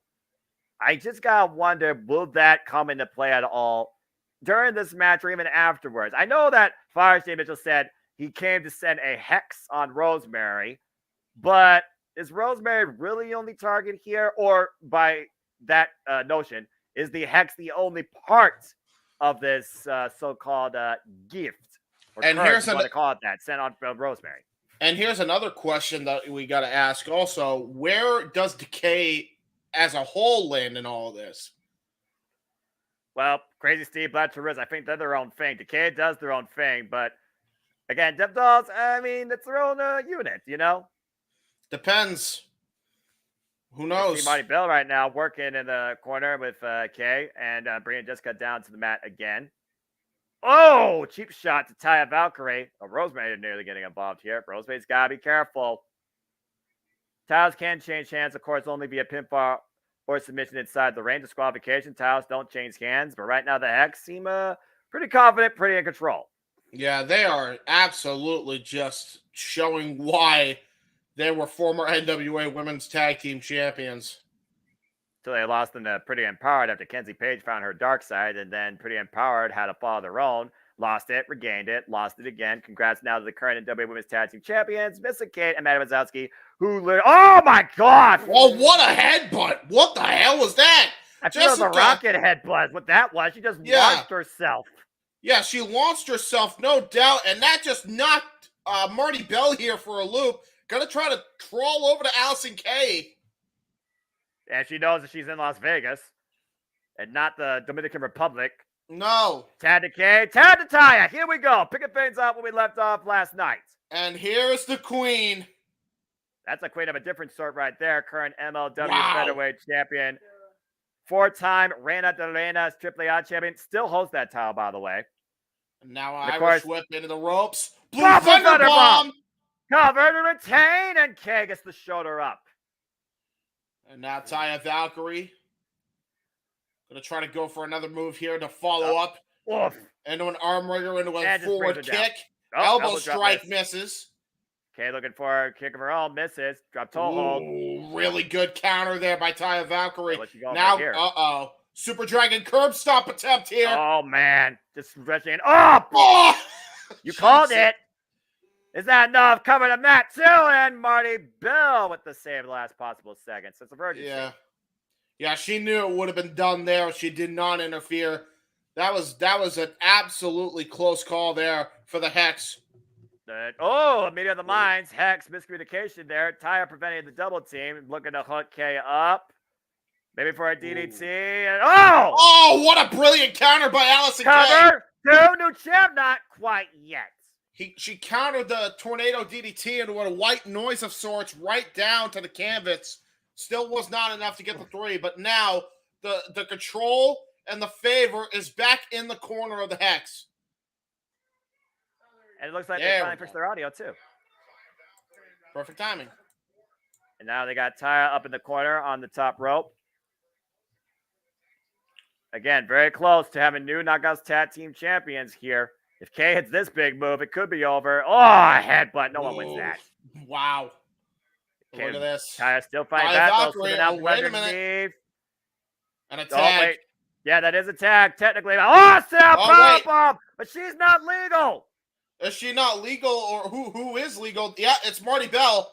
And Marty Bell looking to follow up, spin her around. Oh, man, clocked her with that forearm. Tag to Jessica, though. Marty Bell, need to realize it. Kick to the midsection and taking her out the leg because she's sick. Oh, what a sick kick to the side of the head. Yeah, and that's a big trunk-like leg. Speaking of which. Spear! Yeah, Allison Kay with the pump kick right after the roundhouse by Jessica onto Marty Bell. Spear followed up by Taya Valkyrie. Looking for Valhalla, hits with a heel kick. And what you're looking for here, again, Taya Valkyrie is not legal, though. Hex marks the spot. Denied! Wow, what a pounce there by Jessica. And now... And now 1031! 1031! Sit-out powerbomb! But Kay's not legal. Marty Bell and Jessica are the 2 legal participants. And now going for Got her hook. Load it up. There's the kick. Sikishi driver. Cover 2, and the Death Dolls do it again. Thanks for coming, Hex. That was sick. Yay, I get to hear the theme. Well, whatever Hex Father J. Mitchell sent out against Rosemary, It failed. It was not enough to overcome the Death Dolls tonight. Good effort by the former WWE Women's Tag Team Champions, but the K Death Dolls still hold the gold and still are on top of the Knockouts Tag Team division.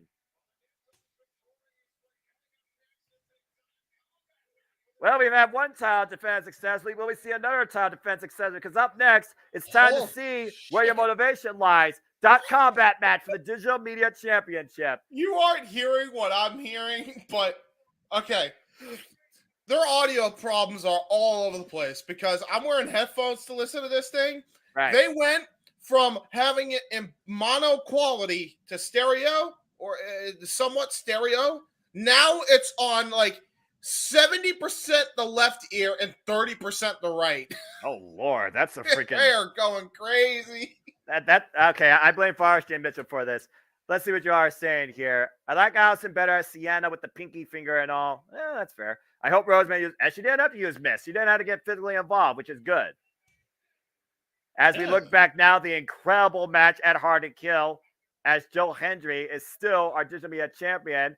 Matt Cardona having a contractually obligated rematch one-on-one for the title. Even with the assist of Brian Myers, still fell short, and then ate a spear by Dancing Moose.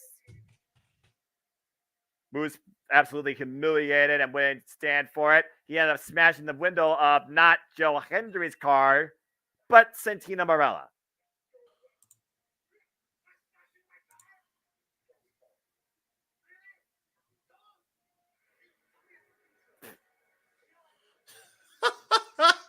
What a way to get a championship match and give a man a lesson. Yeah, give the man a lesson by giving him a title shot. Oh, good grief. All I know is this is going to be fun to watch. Joe Hendry is having the time of his life right now in Impact Wrestling, motivating the masses at the expense of everybody else, particularly Moose. .combat match, though. Anything goes, anything can be used, and everything will not be technical. But again, do you believe in Joe Hendry or do you believe in Moose's dancing? .combat match. The Digital Media Championship's on the line. And it is now. I'm sorry. The .combat match? That's the name of the stipulation for these things. Yes, get ready for the use of Blackberries, pagers, keyboards, and anything with a battery. Oh, no. Why Blackberries? Those are so outdated. His name. Well, that's nowadays the theme.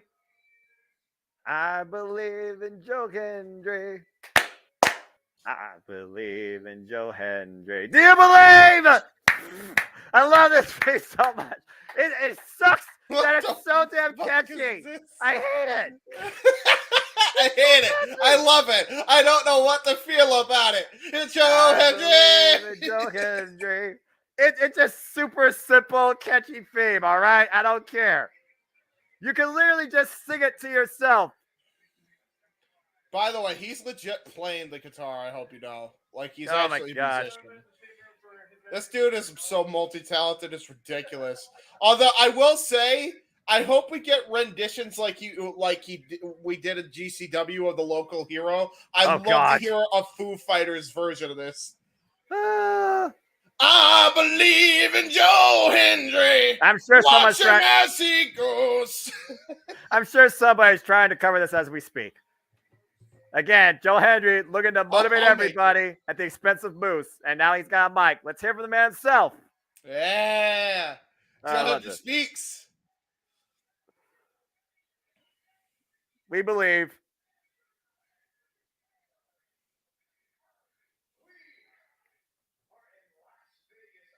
Yes. Sin City. Yeah. Rightfully so.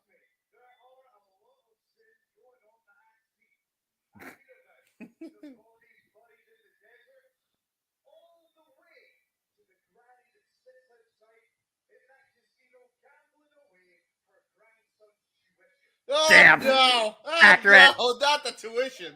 Accurate. That's what they do. Accurate. I believe. I believe. Oh, gosh.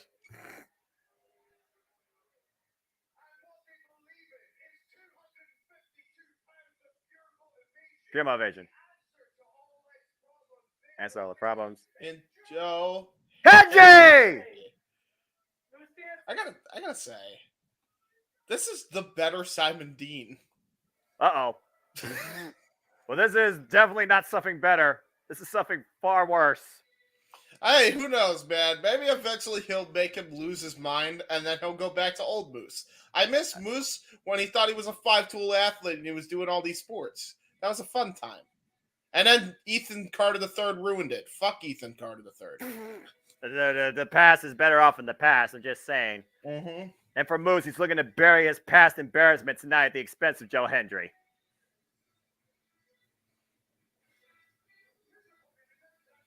The former Impact World Champion, former self-proclaimed TNA Heavyweight Champion, bringing that old title back. Technically speaking, was because it did get recognized after a bit. And also, what's interesting here, it was last time we were here in Las Vegas was Bound for Glory. It was Moose who won the Call Your Shot Gauntlet and cashed in that night after Christian Cage was defeated by Josh Alexander and ascended to becoming the Impact World Champion. Oh! All right, let's go. Yeah, go right into it. Yeah, I'm not surprised. Moose is not kind of mad. either. He's a madman. Just jumping the man before the bell rings. Here's the thing, though. What do we do? Because does that mean only electronic weapons can be used, or could Joe Hendry could have defended himself with the championship belt? What are the rules? Let me just put it this way, man. It's a no disqualification match, but expect a lot more technology used as weapons. I see. Well, right now this ain't technology. This is a goddamn robe. Oh yeah, use what you find, I guess, and use what you come with. Some seamstress is really, really upset because that robe is being ruined. How dare you, Moose? You think Moose cares? He's a scumbag. He said this that. This is why we don't believe in Moose and we believe in Joe Hendry. Oh my God, it's a PlayStation. Are you it's sure? An old vintage PlayStation. Is that a Dreamcast? No. Actually, I think that's a Sega Dreamcast. No, is that a Sega Dreamcast? I think so. So we got a Sega Dreamcast. And we got a computer keyboard and a steel chair. Okay, this is just another day at your local EB Games. I mean, yeah. Well, the rope, bro. I couldn't tell. Oh no, keyboard in Joe Hendry's hands. This might not be good. He's fixing the type of his name. Oh, on his back!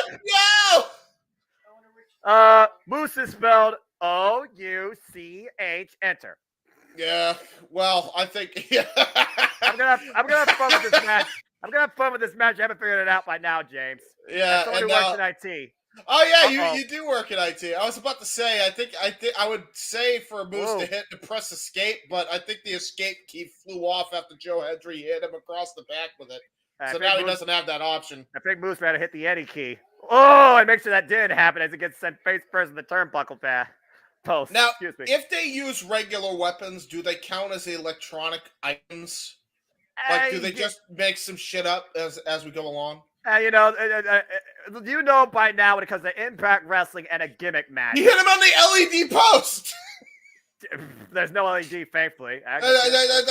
Don't ruin the immersion. Yeah, fair enough. And now Joe Hendry can fall in.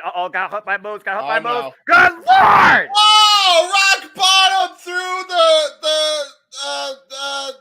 the Magic the Gathering table. I don't think Joe Hendry's power level was at a high enough point to handle that. That looked like it sucked. Yeah, and he did a Uranagi right through that table, by the way. And now Moose looking for something.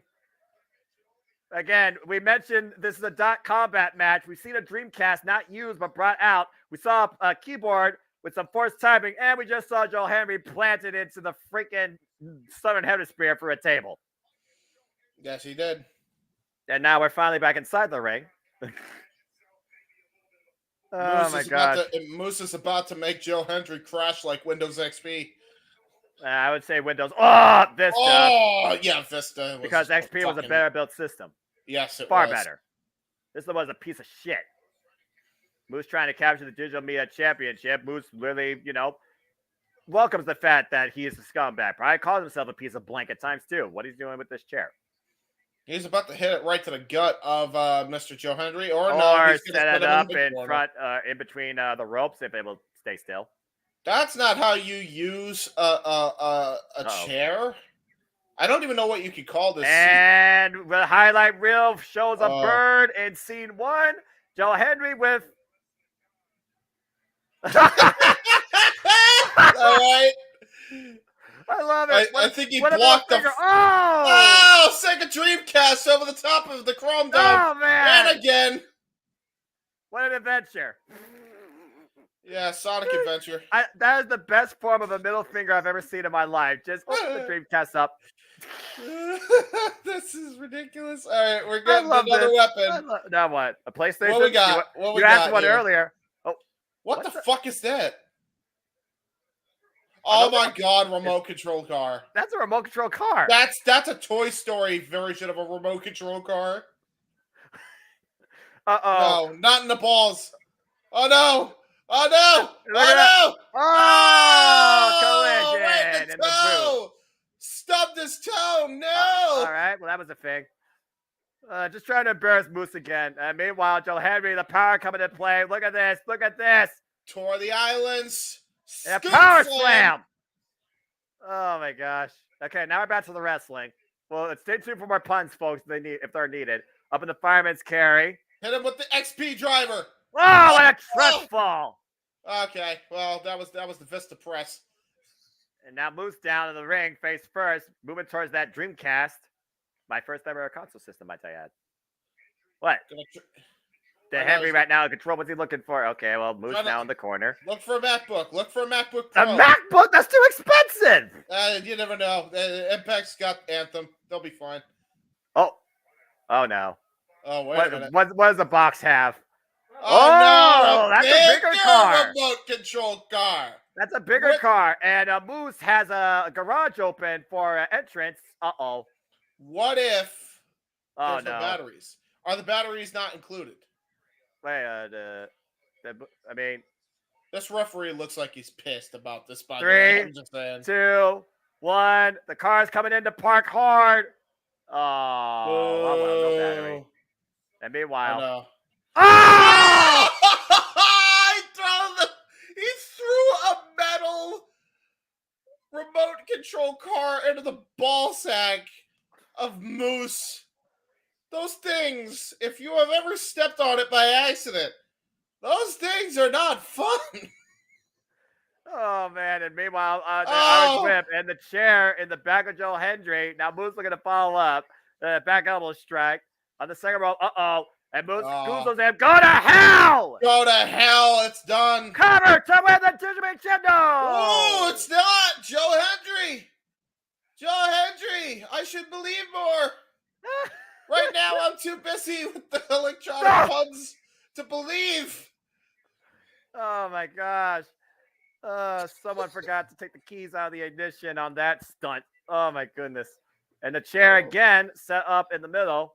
Oh, my God. The chair, the most normal weapon in this match, by the way.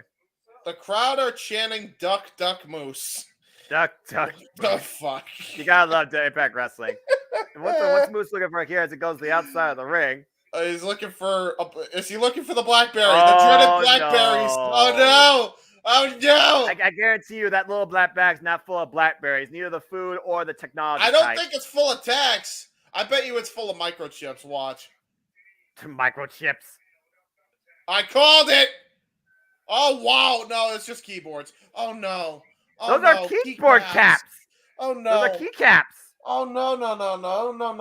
I can tell you right now, those are solid, hard plastic bits. Now, whether or not they're low profile or high profile, it doesn't matter. No, whoever falls in them, it's going to suck. Oh, over standing ovation. Joe Henry hooked up. Uranagi outside the keyboard caps, thankfully. Yeah, thankfully being the key word. And Moose right now looking towards the high-risk district. Why are you trying? What are you doing? Moose! Goose No! got on top. Oh! Oh! Keys to the eyes! It's raining keys indeed inside Las Vegas, and Joe Dude. Henry looking to send Moose for a ride. What a souvenir to get in the crowd, by the way. Oh my God, superplex out of these things. No. And what layer are we talking about? Q. And meanwhile, oh man! Oh God! No, they got eye for impact. And speaking of impact, oh my God, the impact out of those keys with the superplex. The space bar, the shift, the caps lock, and every letter in between. Cover 2. It's not a 3. Although there's probably a 3 stuck in the back of Moose or Joe Hendry. Look at the freaking reverse here again. Oh, God. What the hell are we watching? That was I just love a this. mean superplex. It was a mean superplex. I can't get over the fact that they're using key caps. And Joe Henry now looking for something else. Moose grabbing Oh, a no. chair. Another chair. Oh, no. And, Oh, it's and a off it's a the computer chair. It's a chair battle of epic proportions. A steel That's chair a gaming chair. versus a gaming chair. Who That- will win? That Oh thing's gotta be no! worth like $200. The wheel fell off. I mean, I guess it's still usable. Okay, What the fuck we is have a going chair on? fight. Whoa, that's Whoa. what I need. Oh, Oh! right to the head of Moose.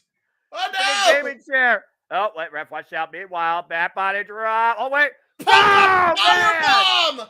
Sky high. 1, 2, Nintendo. Woo-hoo.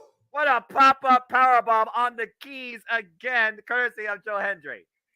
This is. I believe that sucked. It probably did. Get command prompt and enter. This sucks. Help me. Error 404. This command does not compute. Oh That- no! what the Speaking hell? of commands. Oh no! Oh, no. What the is hell is this? Is that a PlayStation VR? No! What the hell are you? What the That's a hell are virtual you reality doing? headset. He's going to have Joe Henry look at his dancing in virtual reality. What is he doing? Jeremy Borash had never picked this up from his freaking U-Haul. Joe Henry right now, and Moose is looking on. Oh no! Porn's playing apparently on the VR. Oh, God. Okay. Oh, no! No! Oh, what the? This is what Moose is seeing. What the hell? Oh my God!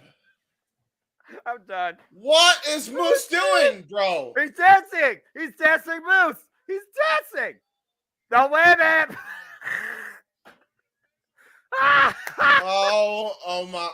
Oh my God! And Moose Oh, is looking oh at my his God. video of virtual reality.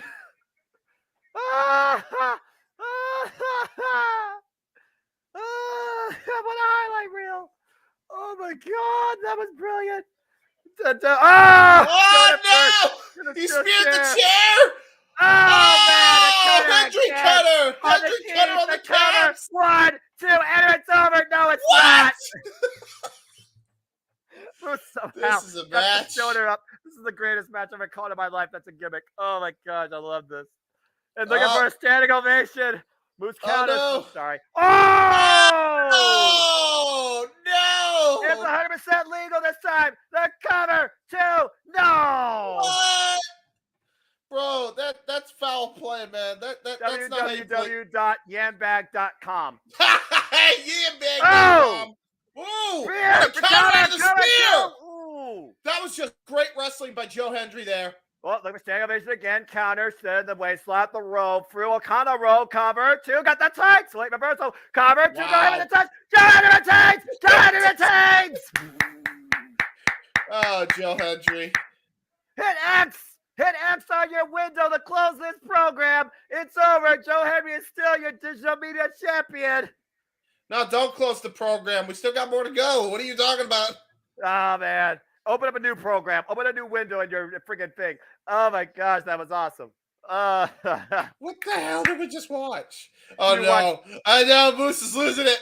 You I know he's mad. You watch He's technical. upset. You watch technical hilarity, and once again, the motivational Joe Henry retained.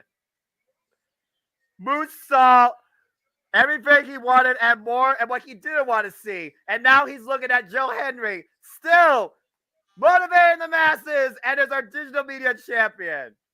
Oh, I believe that was awesome. And now we got an interview. All right, now I gotta see Mickey James on the screen. I'm sorry, I gotta recover from what I saw. That was freaking a highlight for me. That was awesome. Some things are better off not being seen in virtual reality.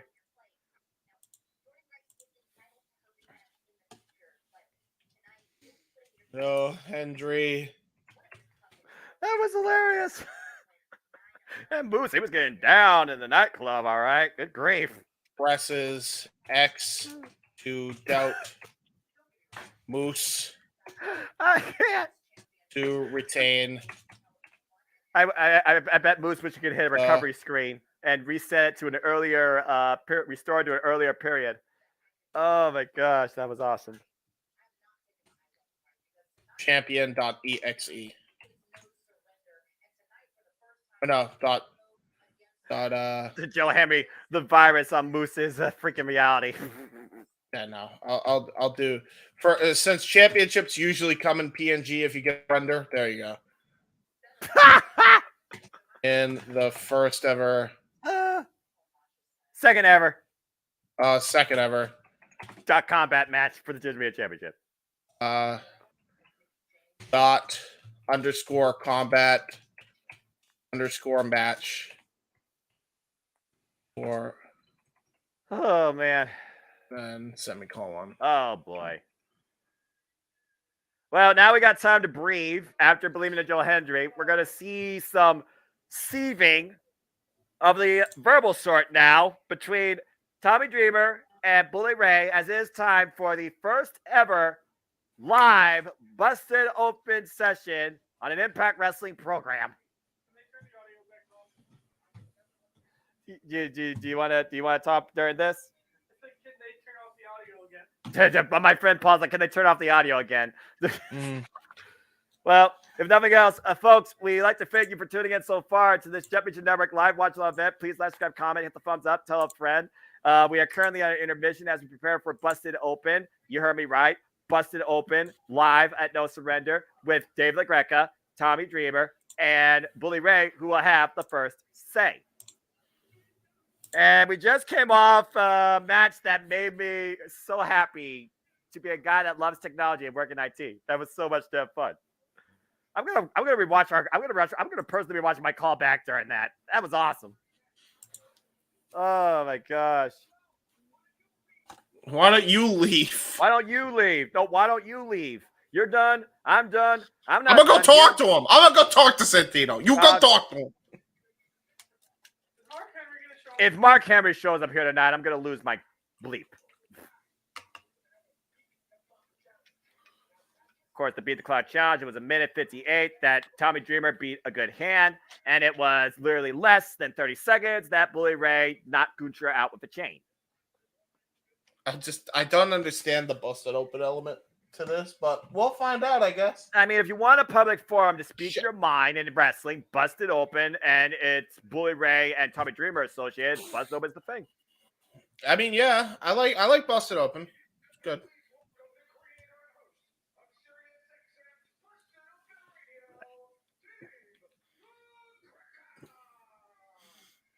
Dave, by the way, with his own freaking Titantron and introduction. What the hell reality am I living in? By the way, whatever happens, and I guarantee you this will happen, I am going to write on the banner, Busted Open Radio Live on No Surrender did not go without a hitch. So you're saying someone's going to go for a table? Yep. Well, actually, there is no table. There's a podium and what some water. the fuck? Hey! Hey, wait, dude. This is bullshit. We're inside a wrestling ring. It still could happen. It still could happen. No, this is bullshit. There's table.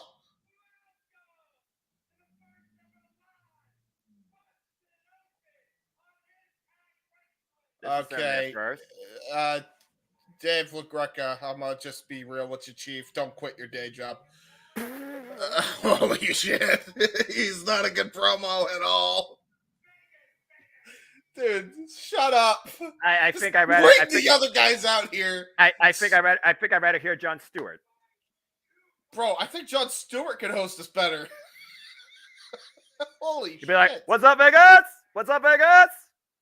He would be better. At least he's energetic. This guy feels like he's just forcing half this shit. Oh Lord. Oh, boy. You think?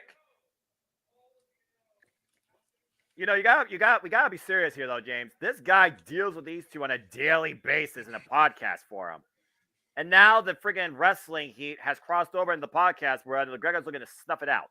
Hey, I'm just saying, where's Mark Henry in this? Because Mark Henry should be the mediator. Fuck!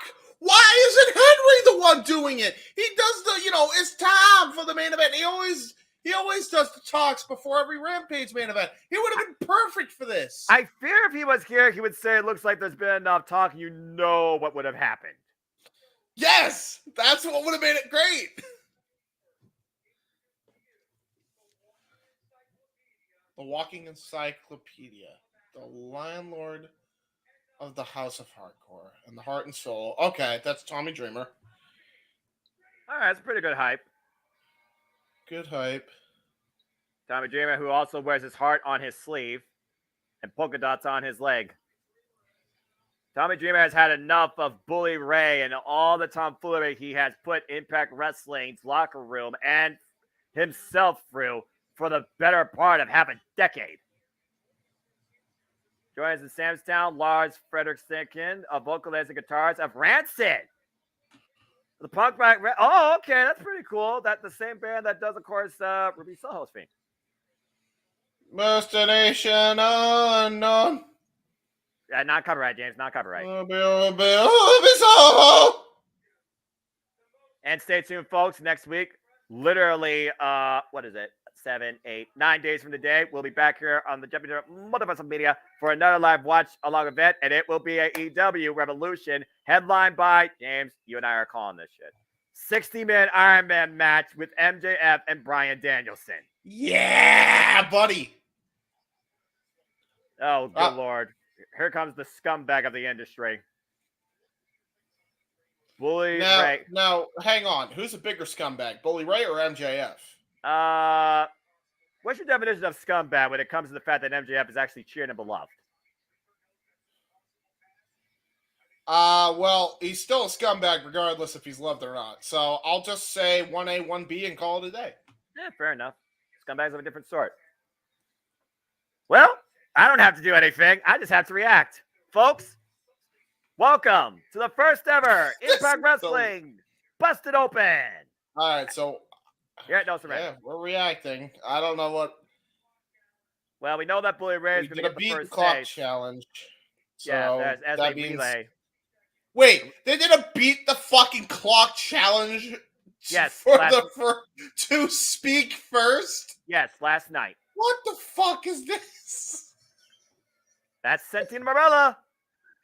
The director of operations. No. Director of authority. I'm sorry. Yes, director of authority. Knows what he's doing, I guess. I mean, you take him what you will. Oh Lord. What the hell is Bully doing, man? Just speak. Bully, say something. Say something.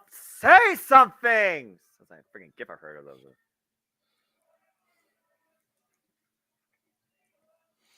By the way, who the fuck got We want Devon. Ouch.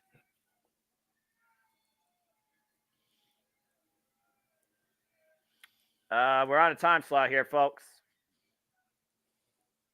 60 seconds. Can we get a clock going here? 60 seconds, please. He didn't even speak yet, guys. Come on now. Well, they don't want him to speak a word. He's already brave enough. Excuse me. Say something. All right. Say something! I'm actually getting pissed off.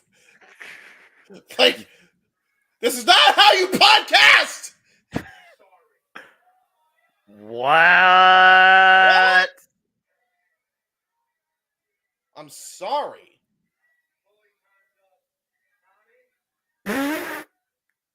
All right. Okay, thank goodness there's clocks. All right. He used 60 seconds to say I'm sorry. Right.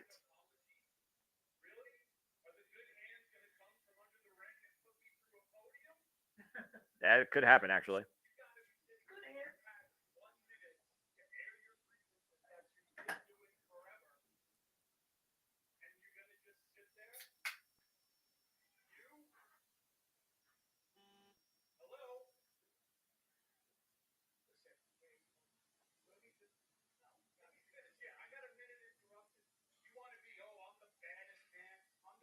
Okay, I've lost track of his time, but yeah.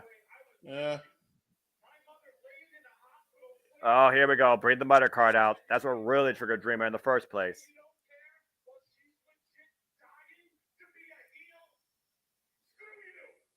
Damn.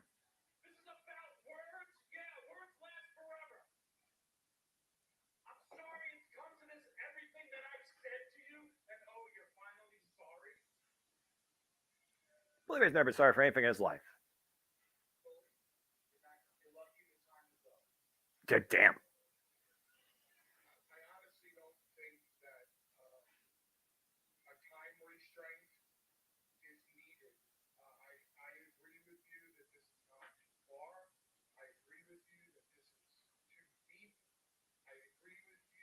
He agrees with everything. Yeah, you have.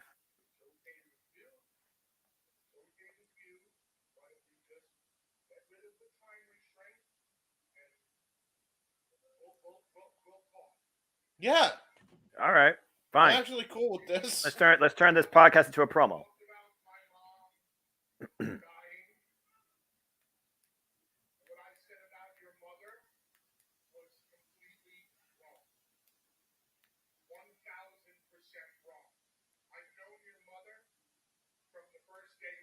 How much you want to bet he's going to kick him in the balls? Oh yeah, of course he will. I mean, at this point, I'm just waiting. We're playing the waiting game, folks. This is the first time in Jeff Multiverse of Media history we're reacting to a podcast in a wrestling ring. This is just weird. Documentary about the NWA. Hell. Whoa. Oh, wait a minute.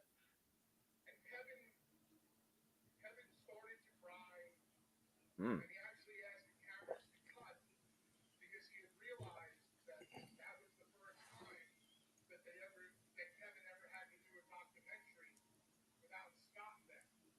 Oh. Oh. That is deep.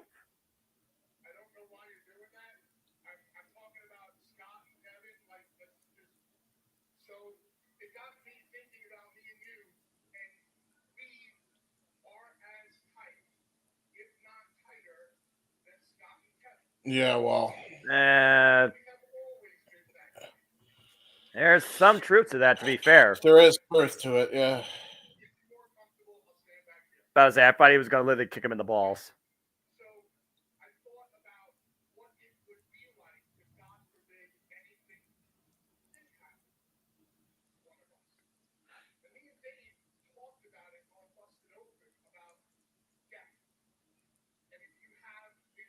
Huh.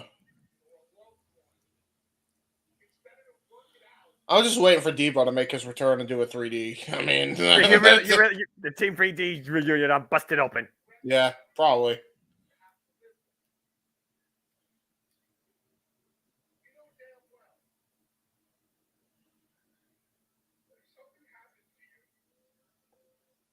Crocodile tears. I sense crocodile tears.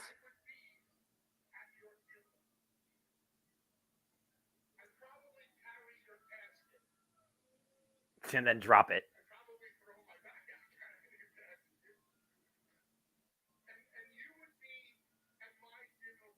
This is the same person that nearly tombstone pile drived a mother on concrete.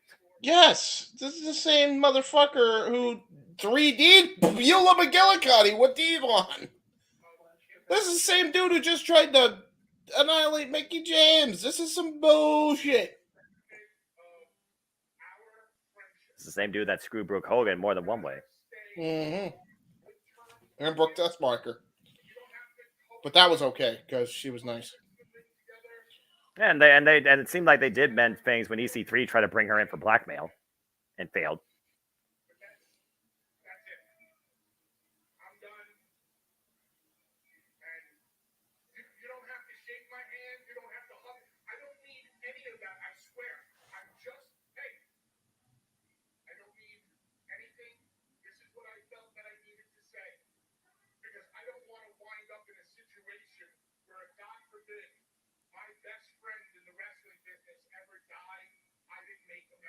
Mm-hmm. Wow. You almost thought that was actually noble. Yeah, until it's not. Well, Tommy Dreamer is a man of forgiveness. And he fix your audio. Botch. Yeah, it's fine. All right.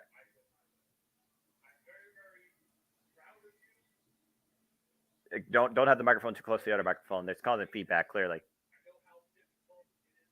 It's hard to balance that too.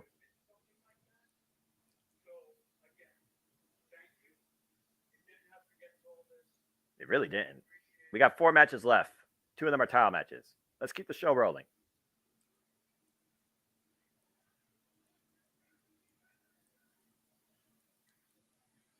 It's just so weird. Like, this is just bizarre. You realize this? Ew! Hot coffee there in it the is. face! There it is. There it Hot is. coffee in the face of There Dreamer! it is. There it is. Motherfucker. There You it is. You saw it, then you were blinded!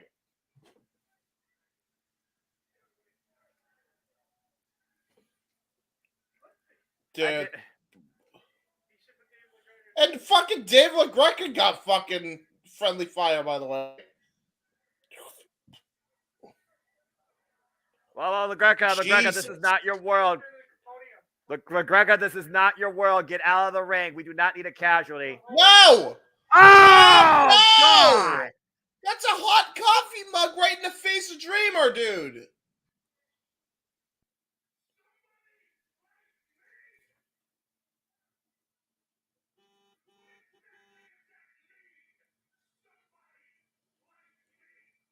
There is nobody like Bully Ray. Somebody like me. That's what he took offense to?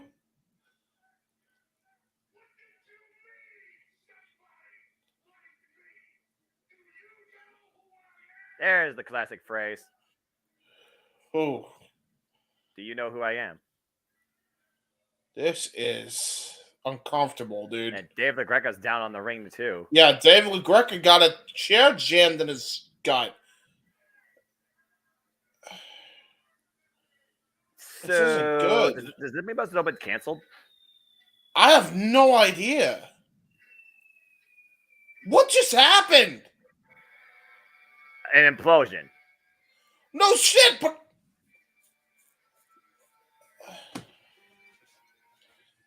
Well...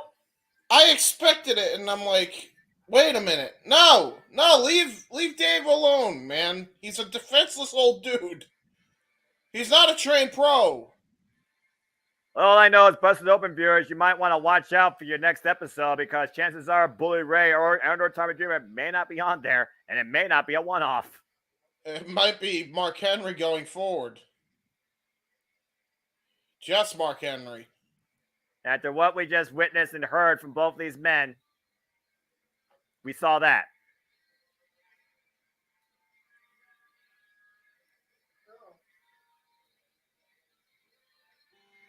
Oh, geez. And now he's going to the commentator table.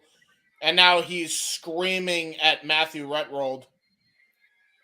Matthew Raywat, Tom Hannigan, Dave LaGreca, none of them deserve that. And more importantly, Tommy Dreamer didn't deserve that. And now he's just jaw-jacking with Dave Penzer now. Yeah, this is just very uncomfortable, man. There's really no other way to say it.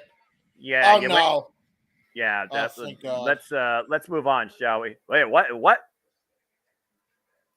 Okay, Wow. well, as we move on from that uncomfortableness, what will be a wonderful thing that comes together is when the multiverse once again unites and only the strong will prevail. Because, folks, coming up, WrestleMania week in California, that Thursday night. Stay tuned for our play-by-play coverage on the Championship Network Multiverse Media for the Multiverse Unite on this Strong Survive event, Thursday, March 30th. As we go backstage to JMN and with Rich Swann. Trying to move on from there. Jesus, what a car wreck. After a coffee mug to the face of Dreamer. Yeah, I remember Holy- that theme from Monday Night Raw. Tonight's the night. Tommy Dreamer are no longer friends. When were they friends? Are you kidding me? That's the point, yeah. Well, there you go. All right, there we go. That was really uncomfortable. I thought we were going to get a table spot. We didn't even get that. It was just very sad. I was actually really sad. Oh, look, Steve Macklin's rooting on Rich Swann. Yay! Steve Macklin. Please win. Please, He please, did beat Rich please. Swann once already. Please win.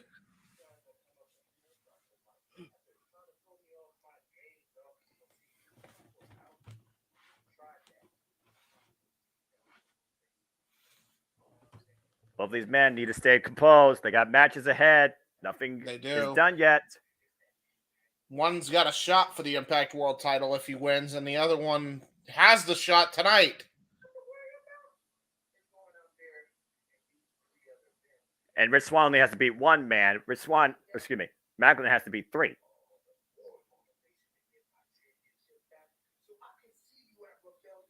Bro, every time I look at this guy, I just think Frank Castle. Steve Macklin so reminds me of the Punisher.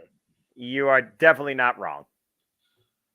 I mean, Nice I job, guess GM. that's what the gimmick is. Yeah, Gia's just kind of stood there. Well, I mean, again, it's not about the interviewer. They just kind of push both the wrestlers forward. But speaking of pushing things forward, time to see if Steve Macklin can tag him back. 3 targets. Time for our fatal 4-way number contenders match as we finally get back to professional wrestling and hopefully stay comfortable from here. Although no one's going to be comfortable dealing with this man. Mayhem for all. Tag him and bag him. Here comes your future Impact World Champion. I didn't say win, but I feel it has to be a must. Steve Macklin. Let's go, Steve! I want to see. Please tonight, let Steve win and Alexander retain. I want this match so bad. And Steve Macklin, of course, qualified for this fatal 4-way, beating Rhino with his own move, the wake-up call. But as Macklin alluded to earlier, he also did beat Rich Swann in the Falls Count Anywhere in Atlanta match last month at Hard to Kill. He also has pinfall win over Brian Myers and also a win over PCO. So momentum favors Macklin on all fronts. But is he the most professional? And will that be what it takes to overcome Mayhem as Brian Myers makes his way to the ring? I'm going to just put this out there now. The answer to that, no. Myers ain't winning. I mean, Brian Myers, of course, previously challenged for the Impact World Championship under the Christian Cage reign and fell short, but he is also a former Digital Media champion. And when it comes to Brian Myers, he is an opportunist. After all, he was one of Edge heads, so he did learn from the absolute best.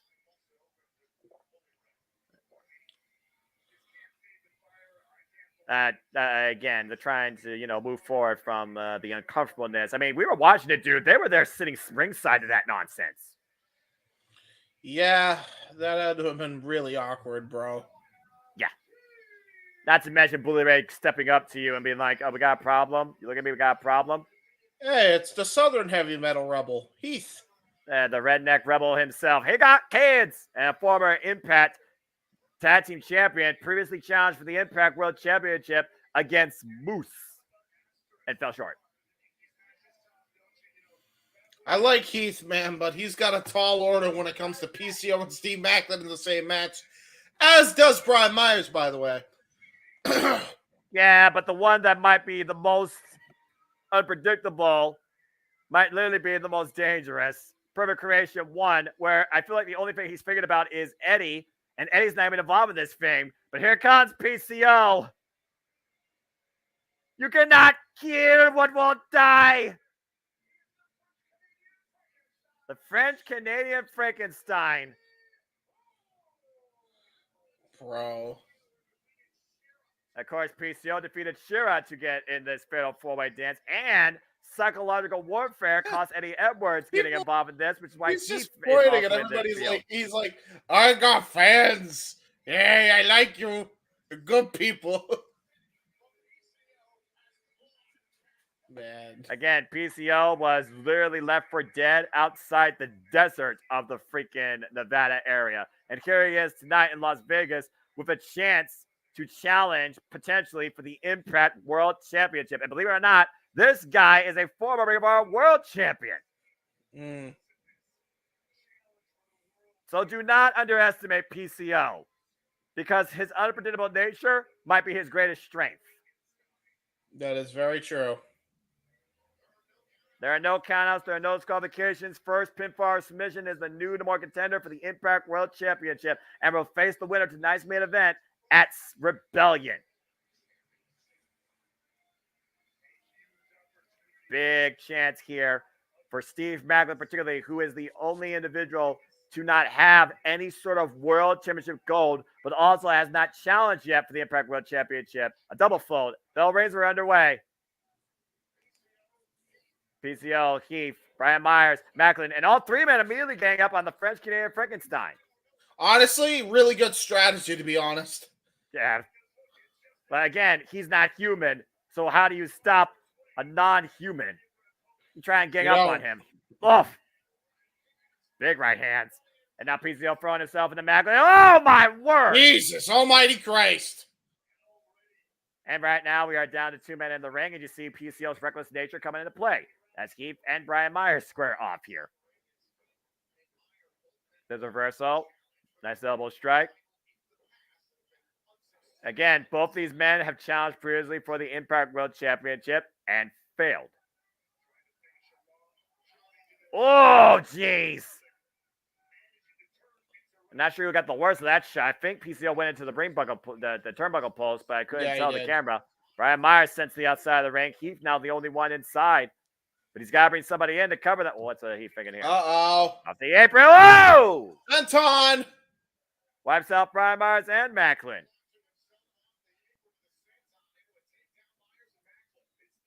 Of course, after Heath and Rhino fulfilled the Cinderella story, became the Impact Tag Team Champions, they've kind of gone their own separate ways since, but are still friends. Oh, wait a minute. Brian Myers preventing Heath from doing the wake-up call to Macklin, and you see a little John. Whoa! Whoa! Nice Lope suicida there by Steve Macklin. The Scud freaking missile strike hits both men and drops them on the entranceway. Where the hell is PCO, though? Oh, no. Oh, no. Oh, my! Wow! Moonsault from PCO. Holy shit. And watch the entire field on the outside. Still got it, does PCO. Take a look at the replay here. Wow. Caution to the wind. Yeah, caution to the wind is right. Look at this Frankenstein. Holy hell. Literally a living embodiment of Frankenstein. Remember, no disqualifications. No countouts. The only way you can win is by pinfall submission in the ring as PCO just drops Steve Macklin with a DDT. Follows up with an atomic leg drop, Hulk Hogan style.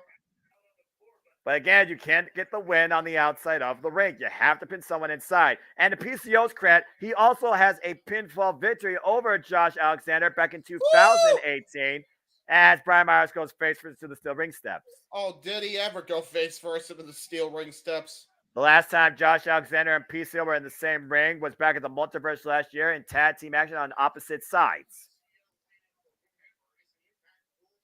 And now, what the hell? And what the hell is he looking for here? Oh no! Body drop! Oh my god! On the floor. Eesh. Yeah, and he took a rude awakening like bump. Oh my god! Yeah, you wonder how much he actually felt of that. He may be undead in his mind, but he's still half human, and that had to hurt PCO. Would you say he's more human than Darby Allin? And now look at. I don't know. Oh wait a minute! What is Brian Myers Macklin the double team here? Oh! Ow! Right onto the ramp! Double back suplex by Myers and Macklin. Well, in multi-person affairs, you sometimes see strange alliances, and you saw what it just did. It paid dividends. It looks like Macklin and Myers are trying to take PCO out of the equation. Okay, just send him underneath the ring. I mean, if he doesn't know where he's at. You don't put a Frankenstein monster underneath the ring. You don't do that. I mean, Frankenstein's afraid of fire. He's not afraid of the dark, but I understand what you're saying. But the point is, he's gonna freaking break the ring. He freaking arises out from the middle of the ring. Oof. I'm calling it. You don't screw with the Frankenstein like, okay? You just don't do it. And right now, Brian Myers and Macklin working together on Heath. But again, they gotta consider only one person can get the win here, as Heath right now plays the role of a dummy and a suplex off. I mean, maybe Myers and Macklin are trying to make it one-on-one, which actually would not be a bad strategy at all. That's not a bad strategy, no. I wonder where PCO, though, will pop up, like you alluded to earlier. Heath flying out from underneath, trying to take Myers and Macklin 2-on-1, throwing bombs. Irish whip, reversal, Irish whip, off the ropes, and just dropped with an elbow. Yeah, spinning back elbow at that. Oh, look at that, though. Macklin limping. And he has been limping after that Lope suicida, but he goes for Irish cover on Heath. The Marketerza gets a 2 count only. And now Macklin again with a follow-up and another 2 count. Yeah, and that was a deeper cover that time, trying to make Heath expend more energy as he kicks out. Very smart strategy there by Steve Macklin as he stalks Heath here. Go back to your point from earlier about the knees. His knees did collide in the entranceway on that scud, the Tope Suicida Lope. And now Macklin looking to follow up again, running in over the top. Oh, no! Brian Myers, though. Oh, jumping knee. Yeah, great jumping knee strike by Myers. No. Ooh, almost had it, did Myers there. That might be Myers' best strategy is take out the weaker individual in this match, and that's Heath. But don't underestimate Heath either. You got to stay on a guy as quick as Heath Slater. Yeah, you see Heath and Brian Myers right now exchanging pleasantries and hostilities. Oh, nice jumping flatliner by Myers. Didn't matter how many haymakers that Heath Slater was going to throw at him. Myers is just too quick and too agile to be able to be caught with any more of those. And meanwhile, PCO rises out from underneath the ring on the other side. Well, he's not human. Damn it. That freaking Brian Myers getting the hell out of Dodge. Don't blame him. And now Macklin coming into the fray. Yeah, this ain't great. That most professional might be the most intelligent. PCO looking to follow up again. Oh my God! PCO with the freaking, it gets tossed out of the ring onto Brian Myers into a senton of sorts. And once again, down to one-on-one to keep the clothesline. Takes down Macklin. The pop-up. Oh! Under the flapjack. And Macklin a bit disoriented there. Keep looking to follow up again. Nice scoop power slam. Cover to become the contender. And Heath nearly gets it, but gets a 2 only. Hello, Gabriel. Only a 2, though. Heath might be looking for that wake-up call. Looking to put Macklin down for the 3. Got it! But Macklin's in the ropes. He can't pin him. Yeah, good point. Oh, wait. No. PCO! Oh, my God! Right onto the face of Macklin with the swanton bomb on the apron! That's the animator!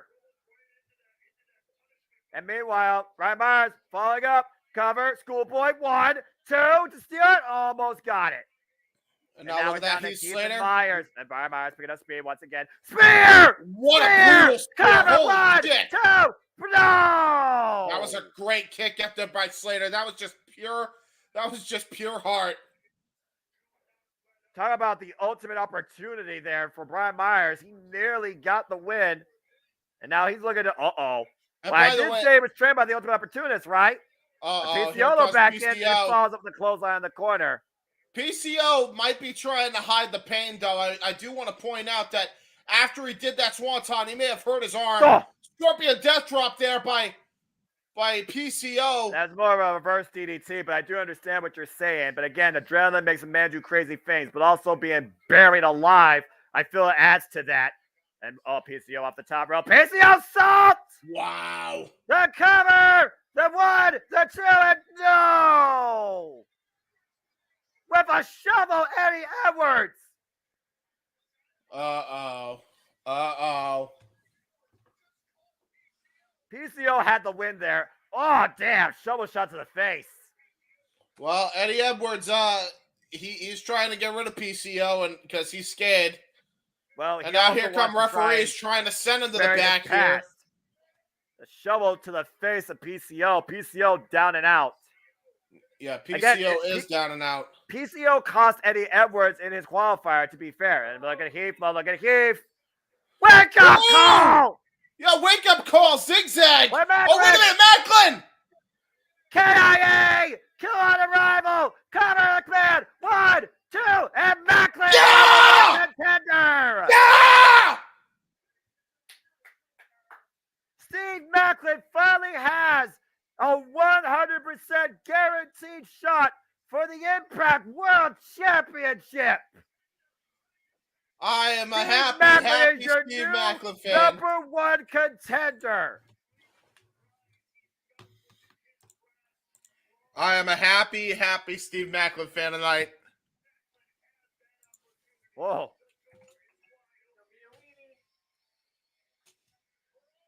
For over a year and plus, Macklin has waited, worked, and waged wars to finally get to this point. He's only one target away from tagging and bagging to finally becoming the Impact World Champion. Watch out, Rich Swann or Josh Alexander. Your next target is Steve Macklin. And PCO, I feel like just realized what just happened. Coming back to consciousness, looks like. Good to know, but still. Right, that was a show. That was right to the head, dude. He clocked him right in the head. Yeah, he did. Eddie Edwards costing PCO maybe the chance at challenging for the title. PCO had on the PCO side, I think.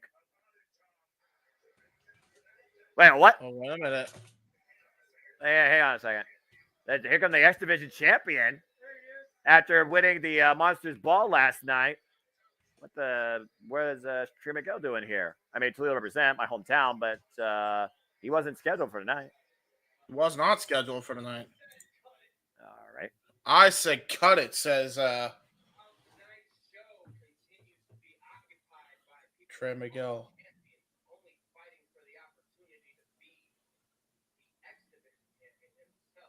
Mm-hmm.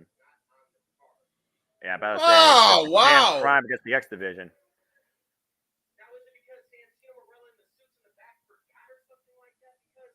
Maybe they probably needed to recover last night from Monsters Ball. Oh. Damn. Oh, wow. He's going deep. Damn. Big Wow. name call there. He's not wrong, though. He really isn't wrong. He's not.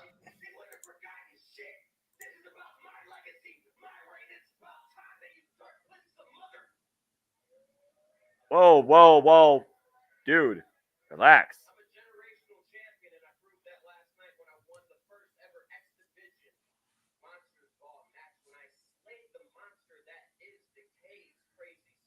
That is true.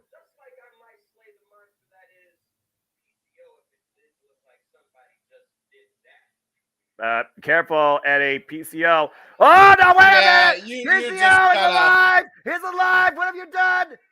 Oh, God. Well, there goes. You wanted some action tonight, Trey Miguel. You got it. A few words is all it took for PCO to be reignited. Oh, my God. Stan Hansen clothesline, like, right to the head of Trey Miguel, and I think his head ricocheted off the mat on top of that as a result. You do not trigger something that is not human. PCO once again brought that to life, courtesy of Trey Miguel, and Trey Miguel left on the floor tonight. Oh boy, do not start something with Pervert Creation 1. Trey, be careful next time. Keep your words to yourself. Again, James, PCO, he's not human. Yeah, Someone tells me he still wants Eddie. Uh-oh. Whoa. Here's Rich Swann.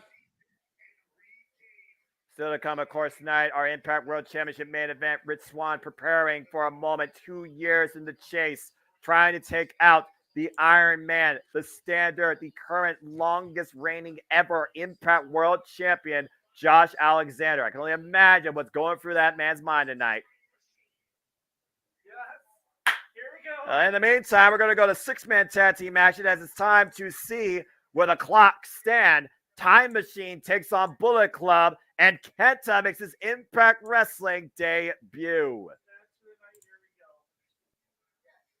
Again, Chris Bay and Ace Austin, they have been out to prove a point that they deserve to be the Impact Tag Team Champions in a traditional match after reaching the finals of the Super Junior Tag League, only to lose to Yo and Leo Rush, and coming within just a moment at Hard to Kill to become the new Impact Tag Team Champions in a fatal 4-way elimination dance.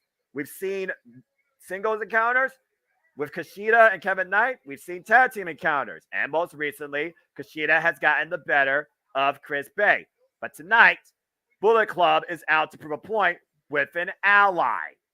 As we have now set up a 6-man tag, bringing in for the first time ever the new, might I add, NJPW Strong Open Weight Champion, Kenta. Yeah, and this is going to be interesting, I got to say. And also, let's point out real quick, don't forget, Jay White is now gone and banished from New Japan Pro Wrestling. So this is a leaderless Bullet Club as of right now. Well, with Bullet Club right now, with no leader for direction, they're going to continue to show why they still own the wrestling industry. Looking to do it tonight against a former multiple-time IWGP Junior Heavyweight Tag Team and Junior Heavyweight Champion, alongside the most influential tag team in Impact Wrestling TNA history. Say hello to Time Machine, Motor Machine Guns, and Kushida. This is such a tremendous team here. Alex Shelley and Kushida, of course, the former Time Splitters, former IWGP Junior Heavyweight Tag Team Champions. And, of course, Alex Shelley and Chris Sabin, 3-time Impact Tag Team Champions. And you see the other straps they're wearing, the NJPW Strong Tag Team Championships. They are double champs right now. Kushida has been looking for another chance at the IWGP Junior Heavyweight Championship for the longest time, currently held now by Hiromu Takahashi. But he also might have eyes on the Impact World Championship, considering what we saw at Battle in the Valley. And keep this in mind also.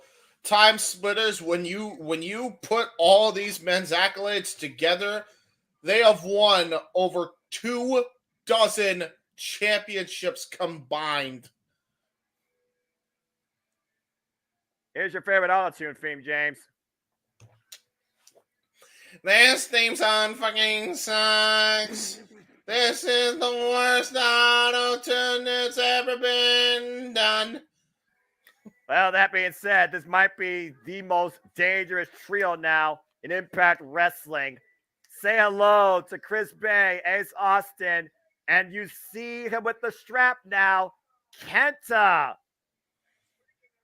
Yeah. Again, Kenta defeated Fred Wasser for the NJPW Strongweight Championship with the help of one rock hard Juice Robinson. Bullet Club never travels alone, as the Go to Sleep Club has invaded the Impact Zone. And that's the thing, too. Keep that in mind also. New Japan has invaded just about every company in the world today still. And right now we got active members in 3 different wrestling promotions. These 2 in Impact Wrestling and Chris Bay and Ace Austin. You got Juice Robinson traveling between NJPW and All Elite Wrestling. And now you got the New Japan Strong Champion for New Japan Pro Wrestling of America. And he is also a former Never Openweight champion. On the same week that we see the end of a legend's career in Keiji Muto retire in Pro Wrestling Noah, we are looking at one of the most prolific wrestlers in Pro Wrestling Noah history. Kenta has held the GHC Heavyweight, the GSC Junior Heavyweight Championship 3 times, and the GSC Junior Heavyweight Tag Team Championship 3 times as well. He also is a former holder of the briefcase to challenge for the IWGP United States Championship and has challenged for that title. Trained under Kenta Kobashi and literally given a name in the likeness of him. Kenta is out tonight to prove why Bullet Club owns the world once again in professional wrestling. And here's the thing about this too, like when you combine their accolades together, Ace Austin, Chris Bay, and Kenta, this is not a bad trio, and they have a bit of gold in their own right. But it's really going to come down to the youth and experience of this Bullet Club team versus the experience and the veteran instincts of the Time Machine. Yeah, Kushida coming in here definitely with the most experience, 6-time IWGP Junior Heavyweight Champion, 2-time IWGP Junior Heavyweight Tag Team Champion, with alongside the Motion Machine Guns, 3-time Impact Tag Team Champions, while Chris Bay and Ace Austin both have held the X Division Championship among themselves a total of 4 times. Ace Austin, 3 of those. Kenta's done everything else possible, though, outside the Impact Zone, particularly out of Pro Wrestling Noah, and has been a mainstay name in New Japan Pro Wrestling. Of course, the last time Kushida and Kenta met was 6-man tag team action back in fall 2022 during the Burning Spirit Tour, before Kushida unfortunately had to take some time off due to foot-to-mouth disease, and has been back ever since. If it wasn't for that, Kushida at this point could very well be your IWGP Junior Heavyweight Champion. Bell reigns are underway. This is going to be a hell of a 6-man dance. And look at this. We're starting off hard hitting already. Strong style personified. We got Kenta and Kushida in the ring right now. GTS and both been...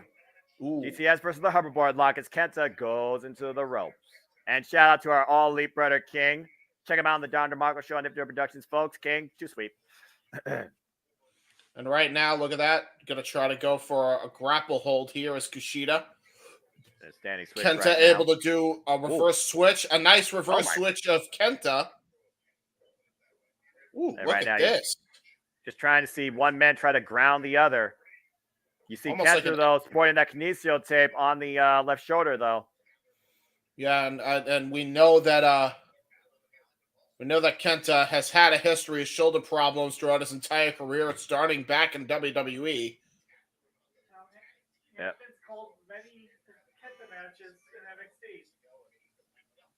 And right now, we'll see if Kushida goes for that arm. Literally might be a target for the hoverboard lock.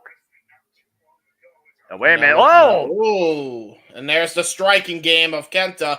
Never take your eyes off of Kenta. Yeah, for a crafty veteran and also best-selling artist. Ooh, went for the punt kick. Misses. Yeah, trying to go for a spinning soulbot. Both men trying to exchange. Whoa, look at that takeover!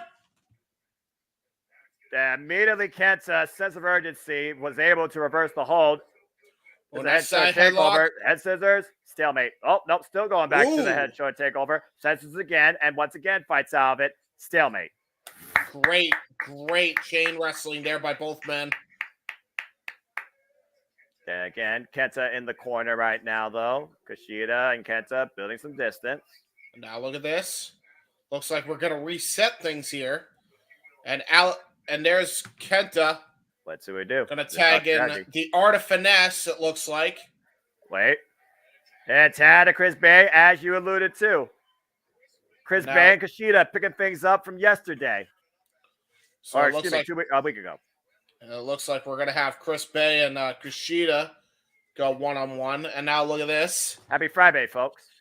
We got Kushida kind of thinking strategy with Alex Shelley here. His time. The thing is, he already has a pinfall victory in a singles match over Chris Bay. So Chris Bay is out to clearly prove a point. Oof. Nice shot right to the side of the head of Kushida. Oh, there's a tag out. Shelley, though. Time splitters in action. Oh, drop toe hold into the drop kick. And there is... Oh, what a penalty kick right to the shoulder blade. That was just vicious by Kushida. After Alex Shelley just held him in place. The Triple Crown champion in the ring now between these three men in the time machine. Alex Shelley now in firm control of Chris Bay. Kushida trained by the likes of Scott D'Amore, Hiroshi Tanahashi, and even Tajiri. And right now, the Motor City Machine Guns, once again, proving why they are the most influential tag team in Impact Wrestling history. After an incredible match yesterday against Jonathan Gresham and Speedball Mike Bailey. You see Alex Shelley working the arm. Whoop. Ooh, wow. Chris Bay fighting out of it. Knocks the kick. Up and over. Lands on his feet. And Alex Shelley follows in. Chris Bay finesses in between the ropes. And there's a shoulder block. And now Chris Bay Springboard out of it. Oh, wait a minute. Oh, Look at nice this fake out. misdirection. Nice fake Oh! out into a leg sweep. Oh, Into a man. double stomp onto Alex Shelley. That is why he is known as the Art of Finesse. It's a Swerve cover, Strickland-like. two. Barely a 2 count.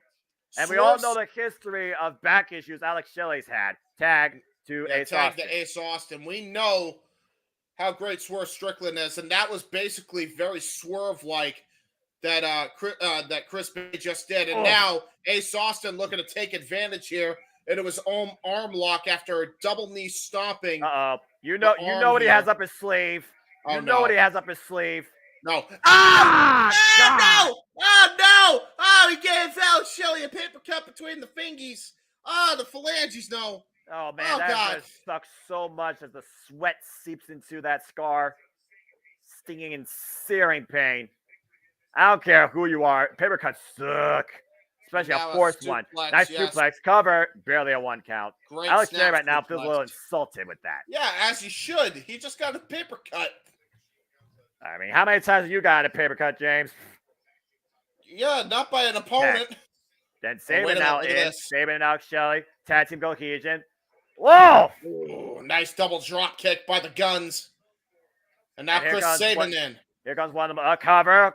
Ooh, good one. One of the most influential X Division champions in this company's history. Chris Saban is a cover again. Quick covers. Ace keeps kicking out, though. Trying to exhaust the number one's energy. And don't forget, also, former TNA Impact champion as well. TNA World Champion. He beat Bully Ray for that title. You're absolutely right.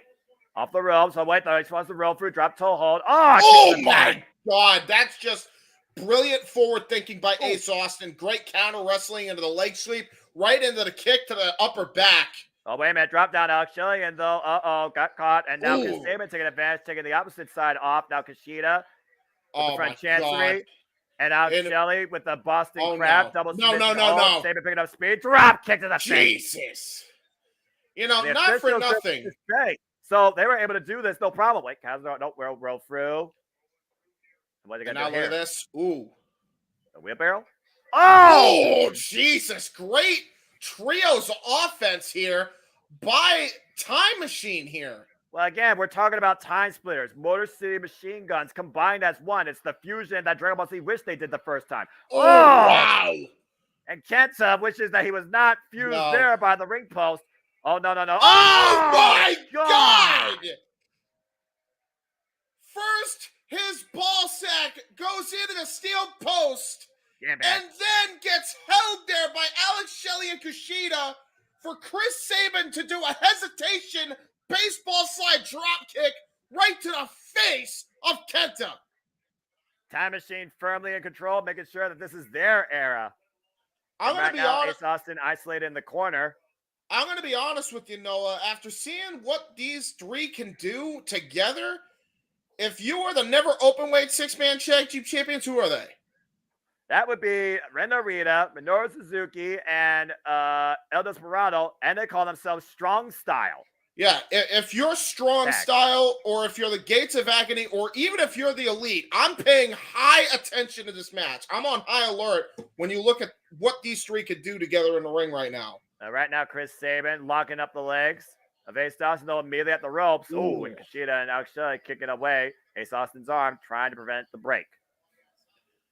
This is just brilliant psychological warfare, and also just great isolation of one guy into their corner here. Tag. Now Motor City back into the ring. The other half of Motor City, Alex Shelley. Alex Shelley, who previously challenged Josh Alexander for the Impact World Championship. And, of course, that is still to come, as that is our main event. And now it looks like he's going to go for an octopus stretch here of sorts here. Boy. A modified octopus stretch into an arm bar. Joint manipulation in play here. Payback for the freaking paper cut earlier. Oh my God. God. There it is. Phalanges are getting hurt now. Look at the way Ace Austin is bending. Your bodies are not meant to bend like that. No, it was not meant to bend like that. The pressure on the fingers and the right arm vertically shot up. Yeah, and again, refusing to quit. Again, just really, really good isolation here by this trio. And now Kushida tagged in. Yep. And the head wedged between the turnbuckle pad and the second and bottom rope. And what in the world is Kushida? And now my look at God. that. Wow, little mind games here by the Motor City Machine Guns and oh my God. That was on point. Yeah, drop kick to the ass and drop kick to the head after Kushida just holds him there. Brilliant triple team offense yet again by Time Machine. And again, the referee being distracted by Chris Bay, who's trying to get Ace Austin over to their corner. I'm telling you, man, this is an all-star trio right here. Tag into Kushida. Again, we talk about the accolades. We talk about the cohesion, the experience in both singles and tags. Ace Austin and Chris Bay, they haven't been a tag team for even 6 months. Whoop. Ooh, Ace Austin, nice. though, lands on the apron. Again, is a 3-time X Division champion. Right now, fighting against the world. Still up on the apron. Oh, I know what's going to happen here. There's the single handstand. There's the reverse. There's the miss. PK! Right to the face of Chris Sabin. And Ace Austin floats over the top. Roll through. There's the blind side of Chris Bay. Ace Austin. Oh, Fosbury flop! Fosbury flop. Oh, my God. He almost landed on his head, but got all of it. And now there's a Superman punch there by Chris Bay. And now it's Chris Bay's turn to look to fly. Well, he is the honor finesse for a reason. Pick up speed, so on the top. Tope con hello. And lands perfectly on his feet. Too sweet. And now the Bullet Club are in firm control here. Wait, what's Kenta doing? Oh, wait a minute. Fly. Here comes Kenta? Kenta doesn't fly. And Kenta now and power walking. And it goes in between the second and top rope. Oh, there's a shot. Oh, wow. I knew I was going to do that. That might have been the greatest power walk ever. I mean, and to be fair, Kenta is an extremely predominant power walker. And there's a great face shot right to the face of Kushida into the post. Oof. As Chris Bay, we look on the replay, just floats over like nothing across the top rope, wipe the entire field. Bullet Club in control, isolating Kushida right now. Tag to Kenta. And now we got the Bullet Club in control here as the New Japan Strong Openweight Champion is in firm control here. Just kicking the life out of Kushida as hard as he can. Put more respect on his name, James. He's on the Mount Rushmore in New Japan. Gino, what the hell Gino come from? Who knows? Then meanwhile, shocked Kushida, Diana lost. I know. PK on the spine. We all are. Trust me, Sean. Yeah, well, that just tells me that this means that Diana has a filler feud until her ultimate goal. And if it means she has to break Savannah Evans to get to Mickie James and the Knockouts World Championship, so be it. But hey, kudos to Impact Wrestling. Once again, surprising. And I'm not necessarily mad at it because it gives Savannah Evans something to do. You even talked about her, so there you go. Ace Austin is now the legal man, by the way, for Team Bullet Club, and then now a tag to Chris Bay. And thank you, Sean Gar, by the way. And meanwhile, tag and Kushida right now in dangerous. Oh, top of the arm. Triple team offense by the rake. Ooh, and a kick. There it is. Oh, rake again. He bends over, then he gets back up. Uh-oh. Yeah, shades of ELP there. Into a Catapult. slingshot pump kick combination. And now it's Bullet Club with some great triple team offense here. Turn Saban comes in to break it up as Chris Bay was mocking the camera. Yeah, he was. I need Saban versus Kenta one-on-one, by the way, please. Thank you. I just need to see like more of these teams that Impact and New Japan have come up with to show up at Forbidden Door or show up on AEW because, man, what they're showing is very impressive. Put them on any trios tag team division, actually. Nice rolling elbow there by Kushida. That was a freaking shot and a half. And now he's going to try to make the hot tag to Chris Sabin. Trying to reach out for the tag. What? Okay. Ooh. Oh, nice Pele kick. Well, Impact Wrestling has no rest. So, I mean, you know. Oh, man. And right now, Kenta looking for the tag. Kushida looking for the tag. Tag to Sabin. Tag to Bay. And here we go. Manhattan drop there by Chris Sabin. Brings the arm up. Into a short arm lariat. Another short arm lariat. Wipes out Ace and Bay. Bay is the legal man. Keep in mind, Bay is the legal man. And meanwhile, spring it up to the top rope. Man, this squeaking is ridiculous. Off the top rope. Bit! Crossbody. Takes out both men. Crossbody. The height that Chris Sabin got off that one, too, was unbelievable. Well, rope through. Alex Shelley, though, takes 2 for 1. Yeah, double lariat there by Alex Shelley. And now he sends Kenta to the outside. And now it looks like Alex Shelley and Kushida looking to do a double springboard here. I think there's something more than that coming, James. As Chris Sabin picks up speed, everyone goes to the number. Oh, my God. Boy, did he get clearance. He might have got more clearance than he bargained for. A high knee strike from the apron by Kushida onto Chris Bay. And now, Time Machine once again in firm control of the Bullet Club. And Bullet Club wiped up on the outside. Two legal men again, Ark, Chris Bay, and Chris Sabin. Chris and Chris. Yeah, that was a close call there by it was a great tope, but he almost hurt himself. Sorry, Chris Bay almost got or Chris Sabin, excuse me, got almost more than he bargained for. Yeah, an Irish whip now. Sabin and Corner looks like we're going to get some trios offense again here. Alex Shelley falls in with a forearm shiver. Sabin falls in with a forearm shiver. Kushida falls in now. Show take. And that's Sabin up and over. Kushida holding him as they're taking the snapshot. Oh, God, it's Gary right to the back of the head. It was drop kick, flatliner combination. Flatliner, trio combination offense cover to the window. This trio is absolutely flawless. I'm telling you, Noah. I haven't seen one mistake yet in their game. Yeah, really. See Kenta taking advantage on the outside of Kushida. And we talk about it in team sports all the time. You know, when you work in synergy, you work you work as a whole and together. Oh Jesus! Well, that wasn't. I was about to say the whole's only greater than the sum of its parts, but right now one of the parts just got. Oh no! This ain't good. And now Kenta looking to fall in. Oh, there's a boot, and I know what's going to fall after this. The freaking hesitation drop kick. Well, that is a Kenta original done by freaking Katsuri Shibata-esque. I got to tell you, we had to open our mouths, didn't we? Yeah. Oh, gosh, what a double stomp. And yeah, that might be it. Cover to Bullet Club. No, not yet. That was just resiliency there by the former world champion, Chris Sabin. Uh-oh, could be nap time, though. Is it time to put Sabin to sleep? Up on the shoulders. Oh, they Sabin. Right out of it. The roll up, too. Ooh. Ooh. Oh, man, nice spinning roll Sovat. Great spinning Sovat. Oh, reversal. Brainbuster! Got countered by Sabin into the sheer drop brainbuster. And now it's time to tag in either Alex Shelley or Kushida here.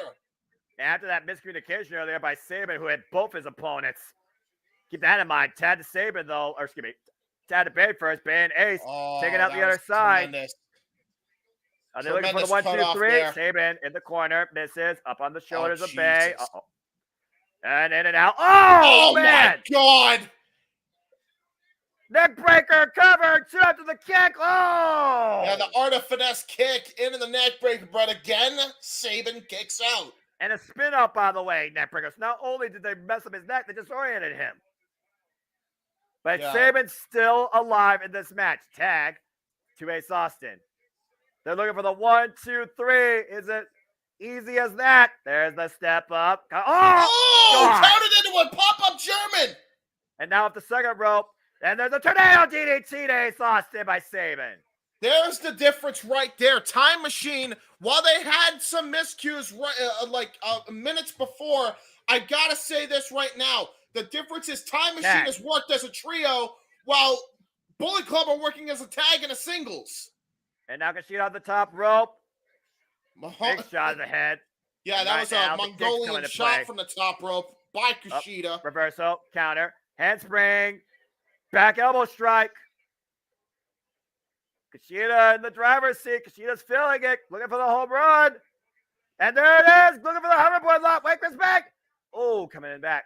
And now Kushida might take Chris Bay's arm in the process. Chris Bay not legal, though. Oh, wow, God, what a black mass kick. Discus elbow. Big boot by Kenta. It's a Gary. Step up by Chris Sabin. Oh, and a roundhouse by Ace Austin. Oh, my God. Crazy. No, rising knee strike. Oh, blocked the shot. Oh, rising knee strike to Kushida. And now Ace Austin looking for a 2-for-1 special. Oh, slipped off the ropes. Sabin, invert, manhand drop. Kushida and Alex Shelley take him out the knees. Meanwhile, there's a float over, last chancery. Kushida with the float over. Double drop, kick to Ace Austin's face. Tremendous tag team trios offense here. Again, back in control of the time splitters. Tag. Kushida's in now. I'm surprised I was able to keep up with all of that. Yeah, right? With hiccups nonetheless, because I have hiccups right now. I'm loving this match. So get Match of the night for sure. Uh-oh.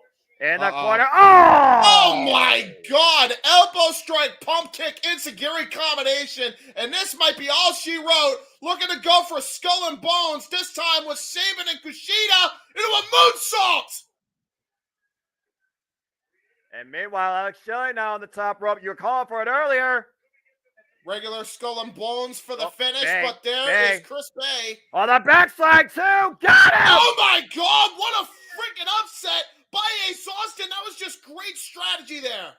They took advantage of a moment. Oh, as Kenta and Kushida continue to change upstairs on the outside. And Ace Austin caught Chris Sabin with a backslide, enough for the 3 count. Bullet Club wins.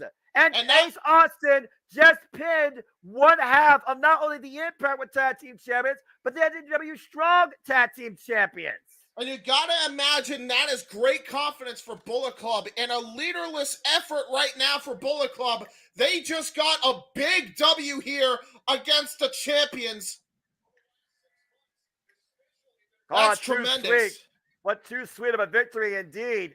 Kenta pays dividends tonight for Bullet Club. Ace Austin, Chris Bay, and Kenta with the victory. That was just a great trios match, man.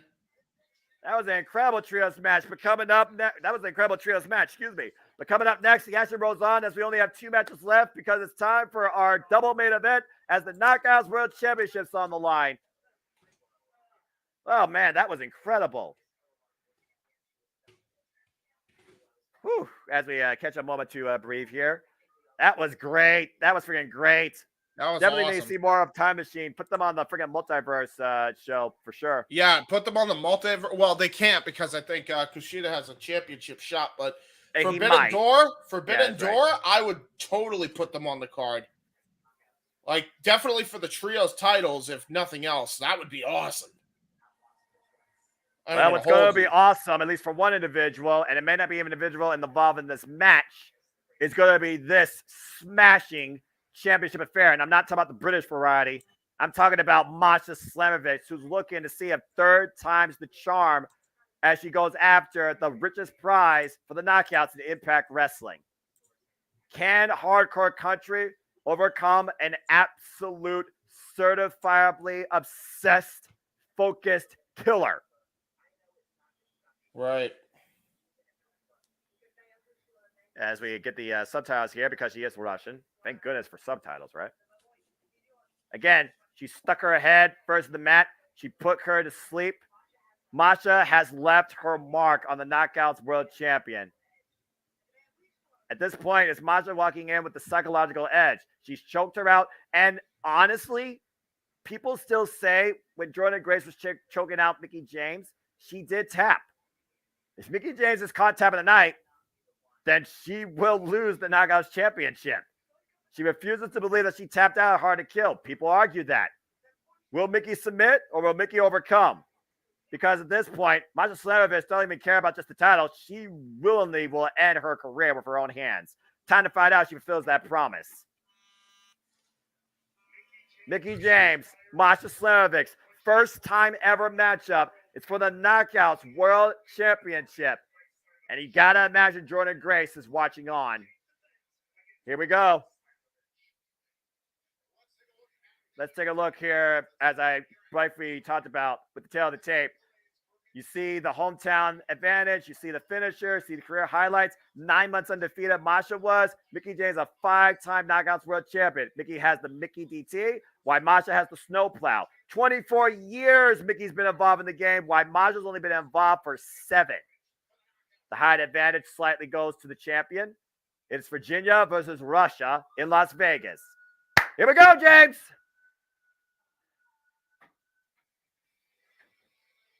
Keep talking to him. No, you're good, brother. Oh, boy. This is going to be an all-out war.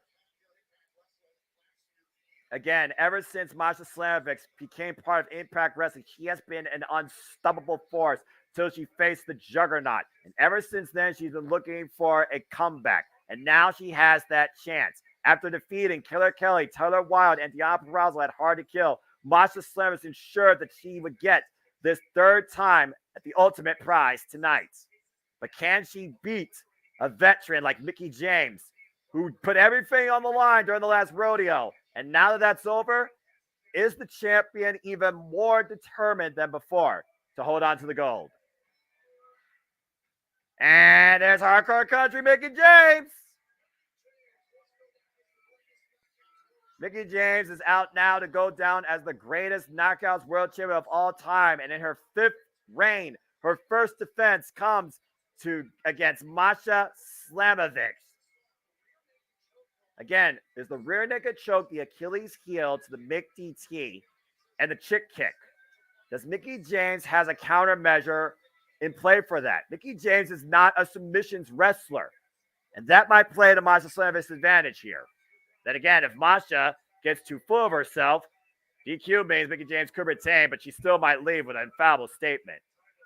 The focus has to be on point here if Masha's going to leave with the prize. And if Mickie James is going to come out of this thing still in one piece. Let's go down to Spencer for the introductions. Whew.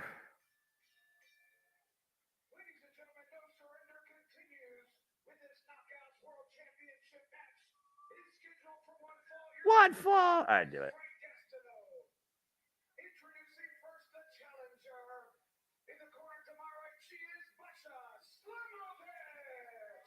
Not much more to say there. Masha Slamovich looking to smash Mickie James. All right, we were done. Sorry, I had to take that. All right, here we go.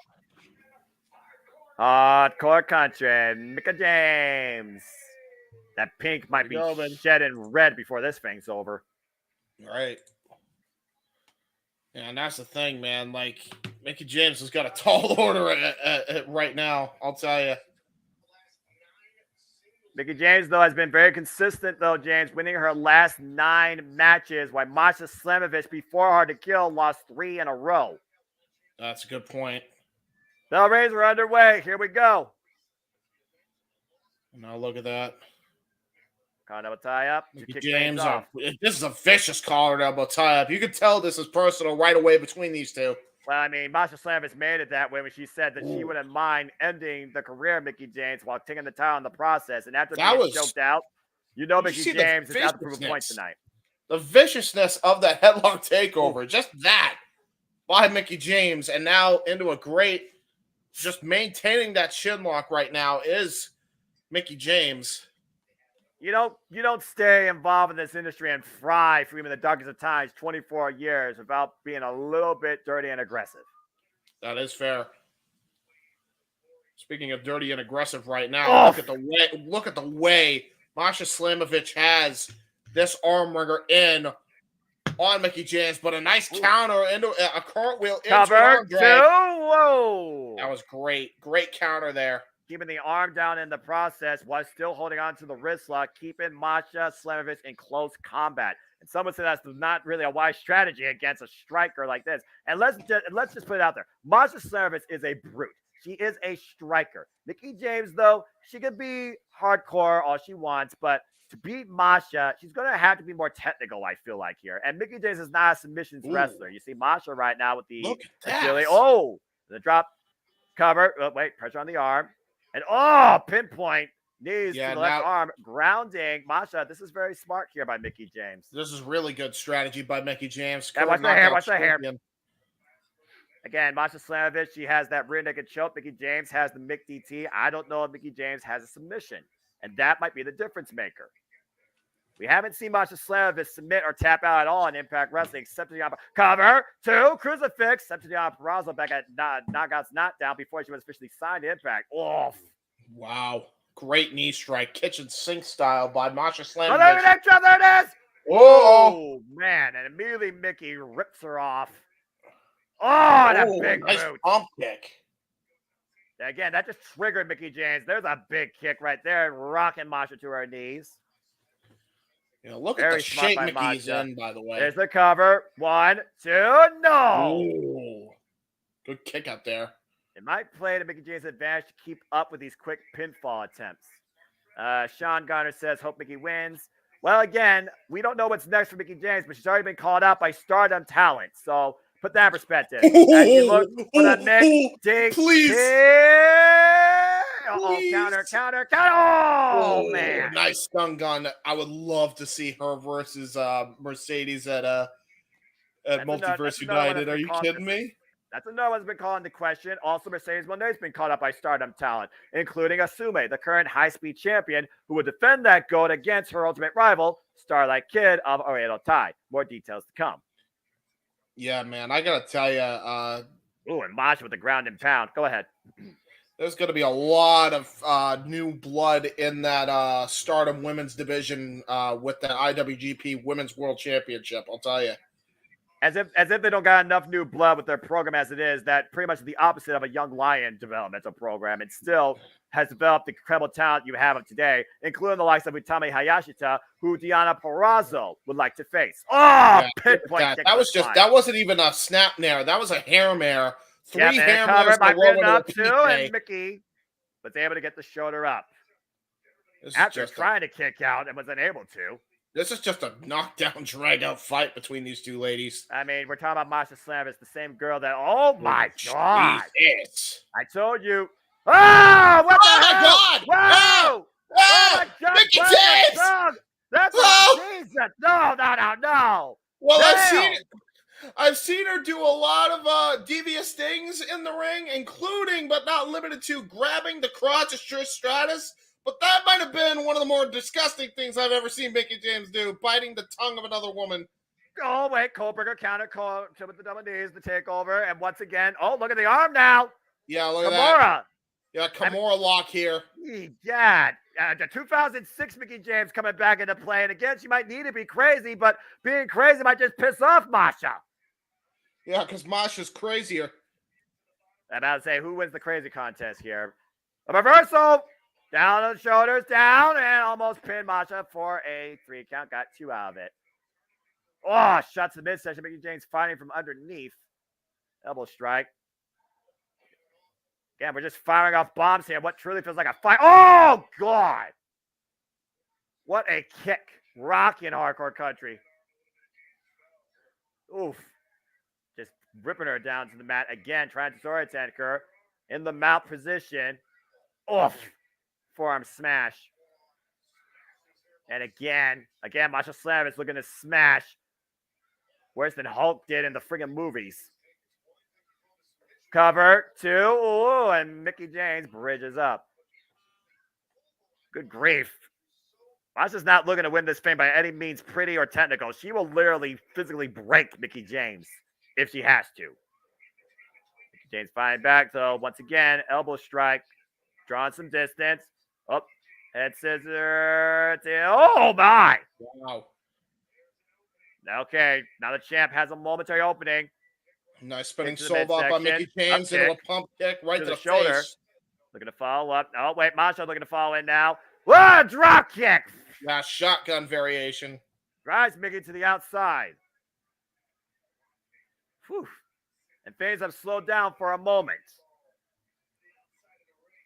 Referee starting against count. Tyler cannot change hands via count disqualification. Masha Slavis needs to be aware of that. Looks like she is off the ropes, picking up speed. What's she going for here? Oh! Just tossing her body, rotation-wise, almost a cross-body of sorts, in between the middle and top rope. As the ref checks on Mickey James. See Mickey grasping her head right now. Yeah, this is not good for Mickey right now. We also know how much damage Masha Slamovich can do outside on the floor. If John Moxley's dangerous for men, Masha is dangerous for women. Yeah, no doubt. Count of 5 right now, though, as we're back inside the ring. Again, Masha Slamovich faced Jordan Grace at Bound for Glory. Here's the cover. 2, almost had a new champion. And then faced her also at Overdrive in the Knockouts Last Standing. Lost both times. Yeah, and that's key there. Oof. Again, though, we see how close Masha is getting to becoming the new Knockouts World Champion. Challenger in control with her wrist hold. Holding on the right arm right now, asking Mickey to get up, just kicking her away. I don't need to speak Russian to understand that. Oh, man, pink brushed her. Again, from the hunter to the hunted, Mickey James, Masha Slamovich is prey. Oof. Big hard shot. Mickey James falling up, though.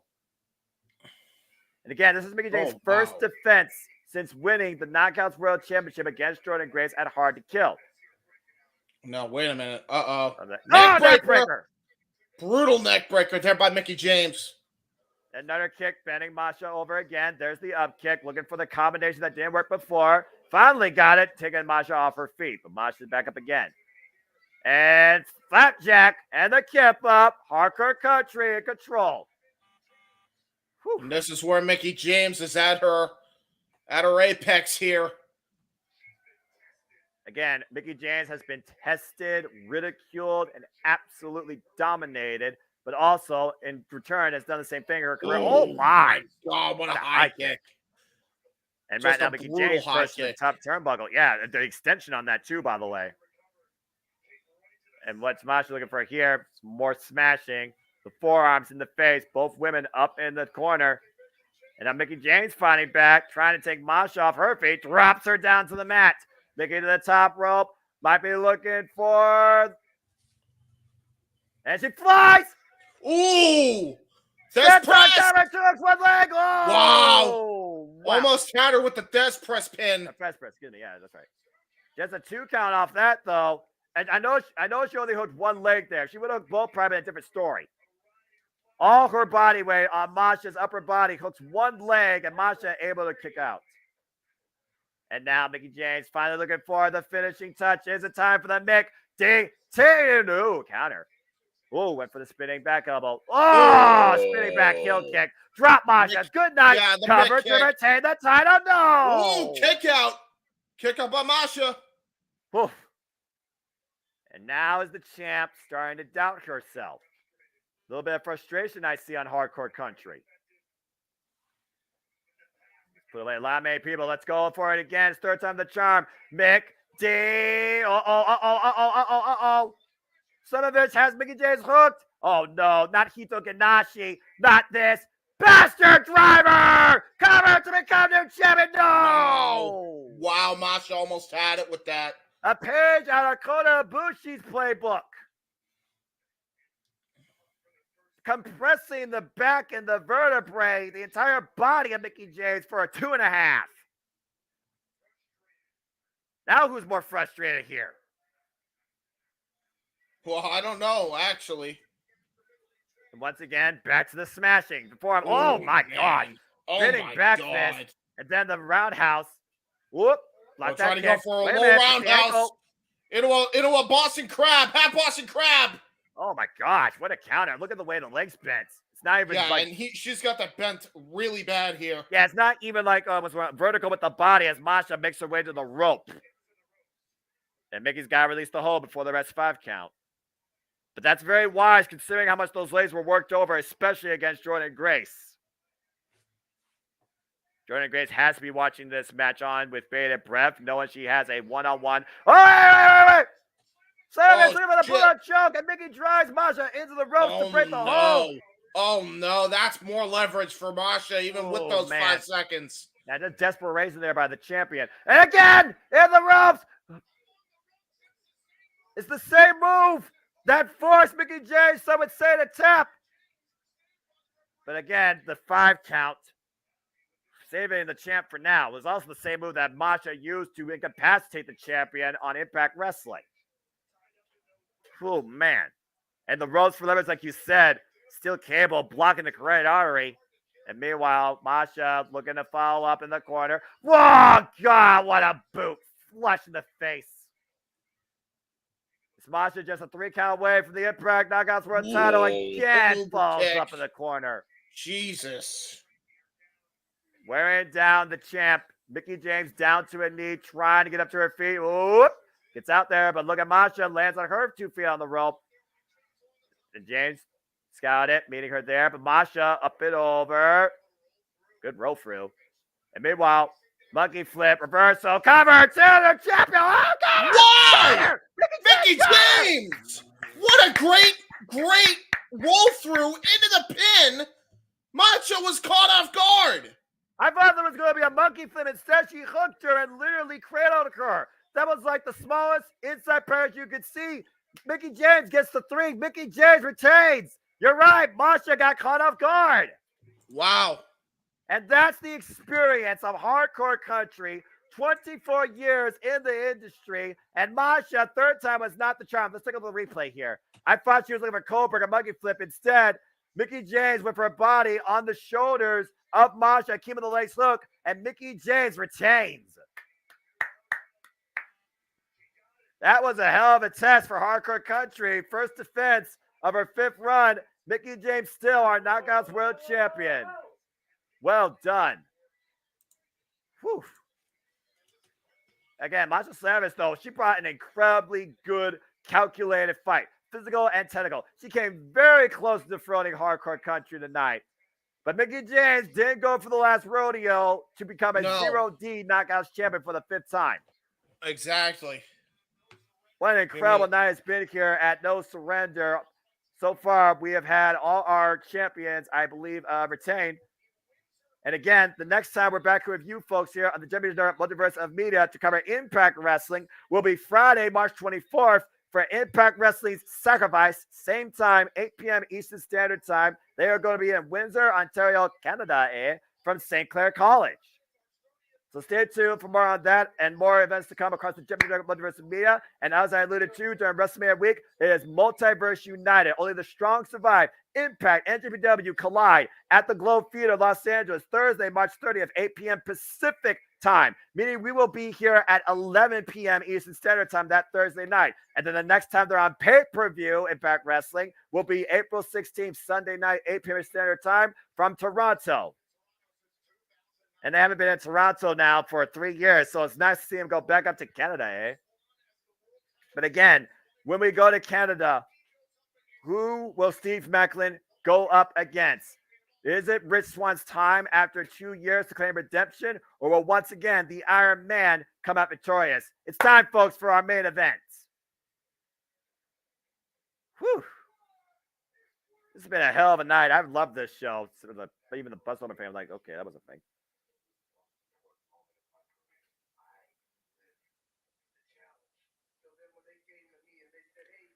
All right. As we run down, of course, Rich Swann's history. It was back April 25th, 2021, James, where history was made at Rebellion. Rich Swann representing Impact Wrestling, defending the TNA Heavyweight and Impact Gold, going after the AEW World Championship against Kenny Omega, Marinella on commentary. AEW officials and, of course, Tony Khan and Tony Schiavone were there. It was a one-wing angel that sent the entire Impact Wrestling landscape into a tailspin. And Rich Swann has never been the same since. To work so hard to get to a point you thought may never happen, but you always believed you were going to achieve, and then for it all to just be taken away, that affects a man. And of course, Josh Alexander, talk about a man that's been affected, proverbially, emotionally, physically. He was the shortest reigning Impact World Champion, losing within 50 seconds at Bound for Glory after beating Christian Cage when Moose called a shot. And ever since beating Moose last year, ironically enough, at Rebellion, he has been the Iron Man, the standard bearer, the constant, and now the longest reigning Impact World Champion in history. He's overcome Eric Young, Joe Doring, Bobby Fish, Alex Shelley, Frankie Kazarian, Speedball Mike Bailey, among so many others. And now he might face his greatest test in what is a friend looking to restore past history. After that kick last week on Impact Wrestling and the contract signing and the words that Josh Alexander said, Rich Swann, again, has been chasing this moment for 2 years. And it's finally here in front of him. It truly may be now or never. Can Rich Swann handle this? Or will Josh Alexander once again prove why he truly is the face of Impact Wrestling? Yeah, Dwayne Atkinson, again, I'm just a simple man that just keeps doing my own thing. Billy Ray, that's funny. Billy Ray. Who put Billy Ray? Did he put a typo down the thing? Botch. Again, from heartbreak to redemption. Or is it just another tragedy waiting to happen? Josh Alexander defends the Impact World Championship against Rich Swann. Where on the other side of this Well, waits Steve Macklin at Rebellion. Here we go. And again, the tail of the tape, you look at the height, you look at the weight disadvantage, 240 pounds, 200 pounds. Josh Alexander's the advantage. 18 years, Josh been in the game, 15 years for Swan. Swan has the Phoenix Splash. And of course, Josh is the C4 Spike. Josh is a 2-time Impact World, 2-time Impact World Tag Team, 1-time X Division. Rich Swann is 1-time Impact World, 1-time Digital Media, 1-time X Division. Both these men have made a name for themselves in Impact Wrestling, but only one can be the world champion. At this point, Sean, I don't think we can lose the title for a long time. I still believe that Deanna Purrazzo should be the one to defraud her, but I could be wrong. We'll find out as time keeps going. It's a different feeling right now for Rich Swann. Fully motivated.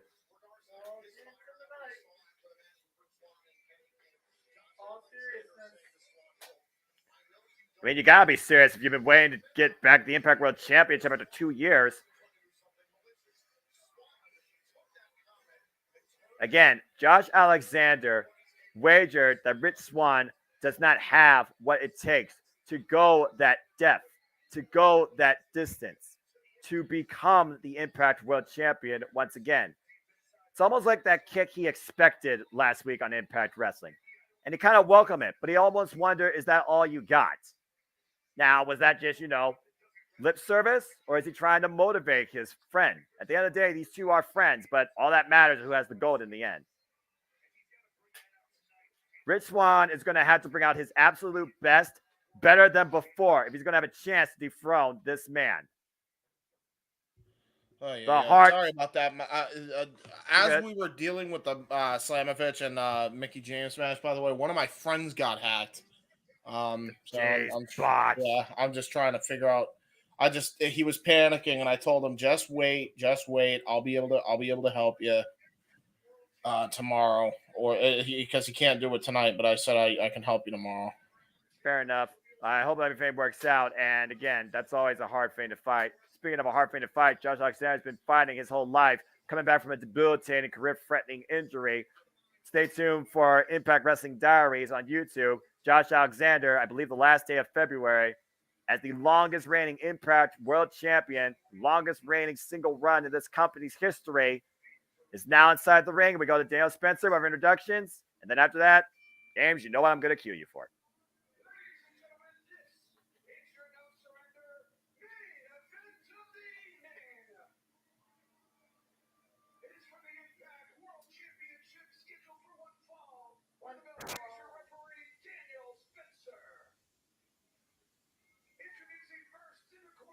I always look mad that Daniel Spencer. For a guy that's supposed to be emotionless, I guess anger is just, let's just do this. Baltimore, Maryland's own Rich Swann. Rich Swann, ready to go. Oh, Canada. Sorry. Oh, boy. And there is Josh Alexander holding up the Impact World Championship. This is our main event. He is the standard. He is the Iron Man. Impact richest prize is on the line. James, you know what to do. Referee holds the championship up high.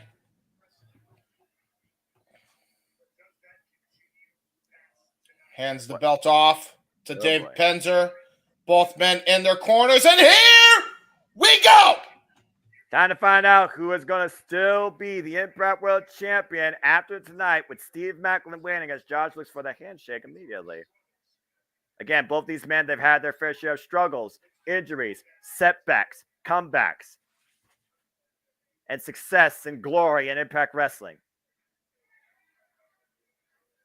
Rich Swann only focused on one thing. Josh Alexander has to be aware and is aware that everybody will attack him from all sides. Friends, enemies, outsiders, it doesn't matter.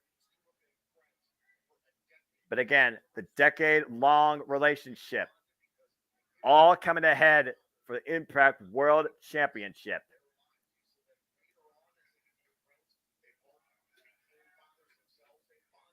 Very similar paths even outside this company. Both men became fathers in their own right. Of course, Rich Swann married to Sue Young, and Josh Alexander married to Jay Chung. And there we Just go. gone out tie up Following so up on far. tie-up. Josh In the corner. Alexander gets the Clean upper break. hand. Clean break. Ooh. Ooh, was shoved there by Rich Swann. Rich Swann, of course, who first claimed the Impact World Championship after coming back from debilitating leg injury, beating Eric Young, and successfully defending it against the likes of Moose, where he unified the Impact TNA World Heavyweight Championships, Chris Bay, Sami Callihan, among others. But Kenny Omega was the downfall of Rich Swann. He hasn't been the same ever since. But again, to be the face of the company, the flag bearer, the standard, the Iron Man, the journey you must go on, the pressure you put yourself through, the challenges you endure. That has been Josh Alexander's MO, frankly, too. There is a serious expression here with both men. Whew. Yeah, both men want the championship. The top prize in Impact Wrestling. When there's a championship opportunity in the middle of a match here, all bets are off. Friendship's out the window here. Again, Josh Alexander, he's held this title now for 307 days across 10 successful defenses just inside Impact Wrestling alone, and still defending and presenting this title outside this company too. Oop, going with an ankle lock early. Yeah, an ankle Swann pick counter. earlier into an ankle lock, but gets countered by Rich Swann into a headlock. Whoa. Gets countered by Alexander into an arm wringer. And Rich Swann again in the ropes, but Josh with the clean break. And Rich Swann at this point, he's got to be a little bit frustrated. We know how much Rich Swann wants this, but right now Rich Swann has not been able. Okay. Oh, wow. All right. Slap right to the face. And now, I don't know why that is. Yeah, kitchen sink there by a knee strike right by. This is not the man, your friend, you're facing. This is the Impact World Champion. Oh! Knife edge chop. That's one way to fire up a friggin' walking weapon. Irish whip in the corner. Rich Swann, though, his agility over the top, looking to follow in and back elbow strike. Rich Swann, though.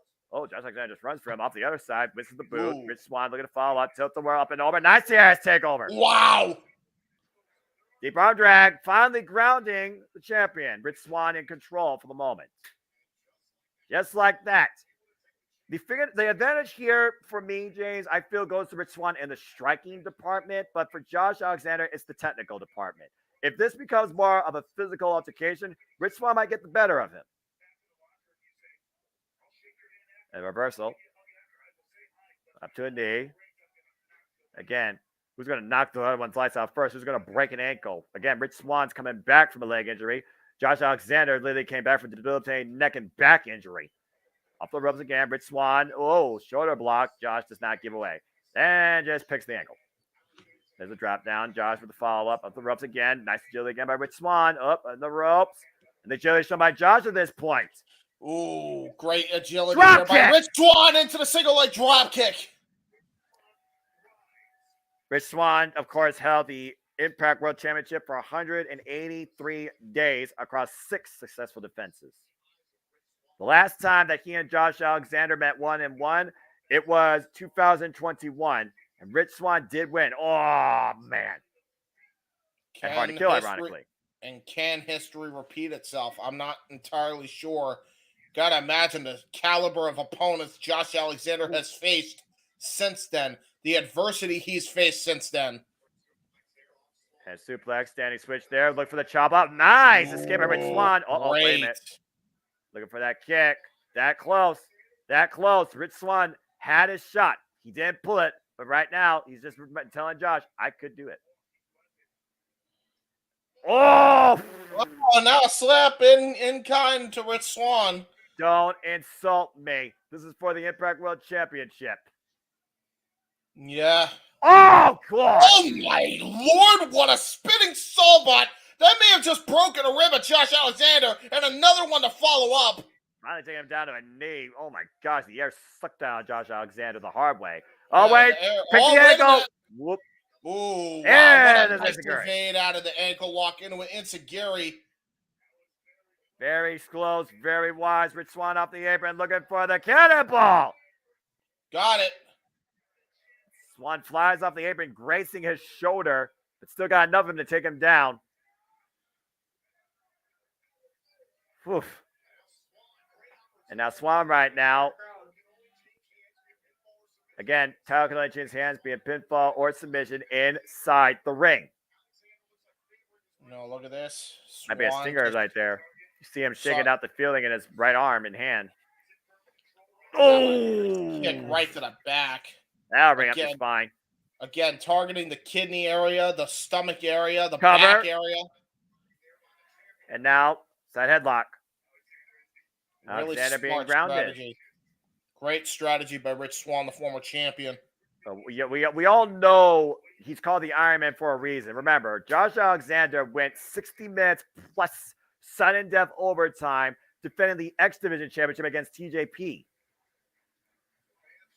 And that was one of the all-time classics of Modern Impact.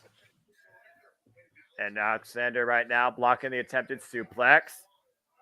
Shots to the midsection again, kidney area. Looking Swan, Swan countering back again. Drops down to a knee. Oh, Fisherman. Oh! Wow!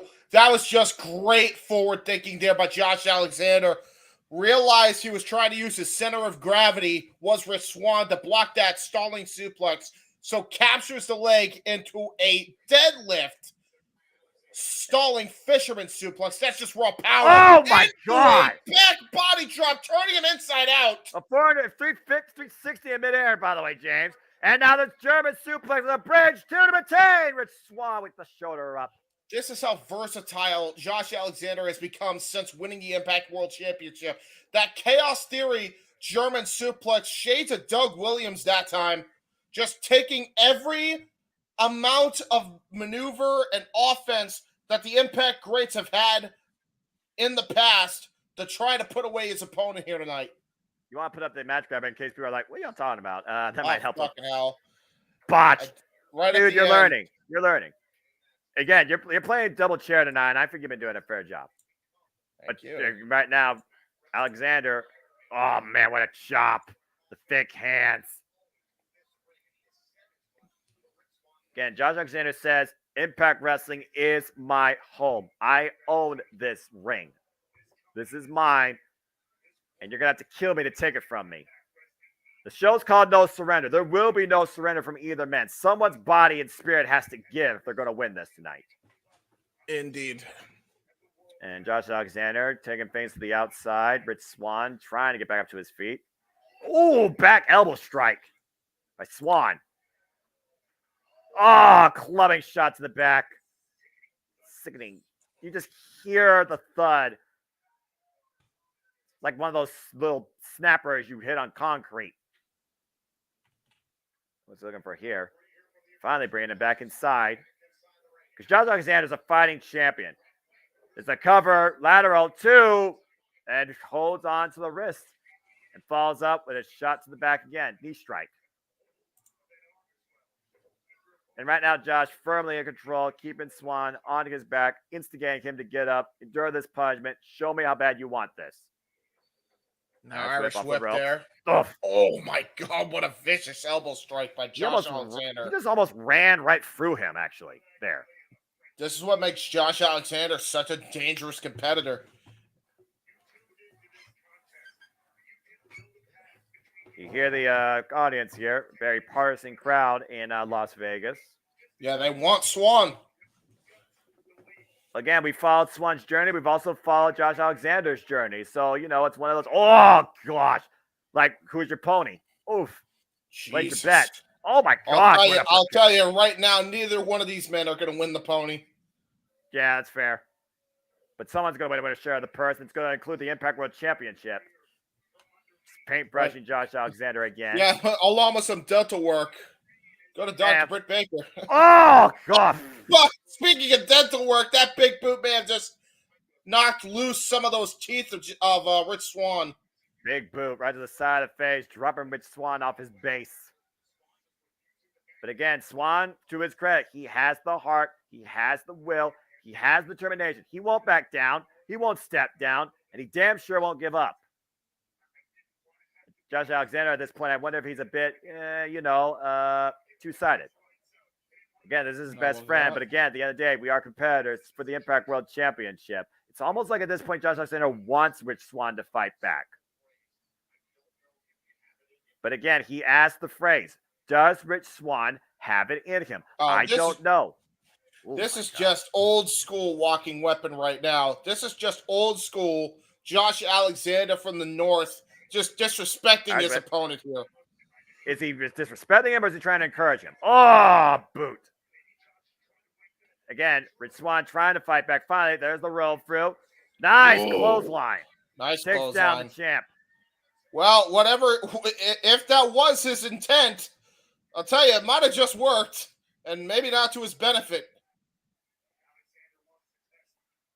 Again, Alexander, as a champion, wants to test himself against the best every time.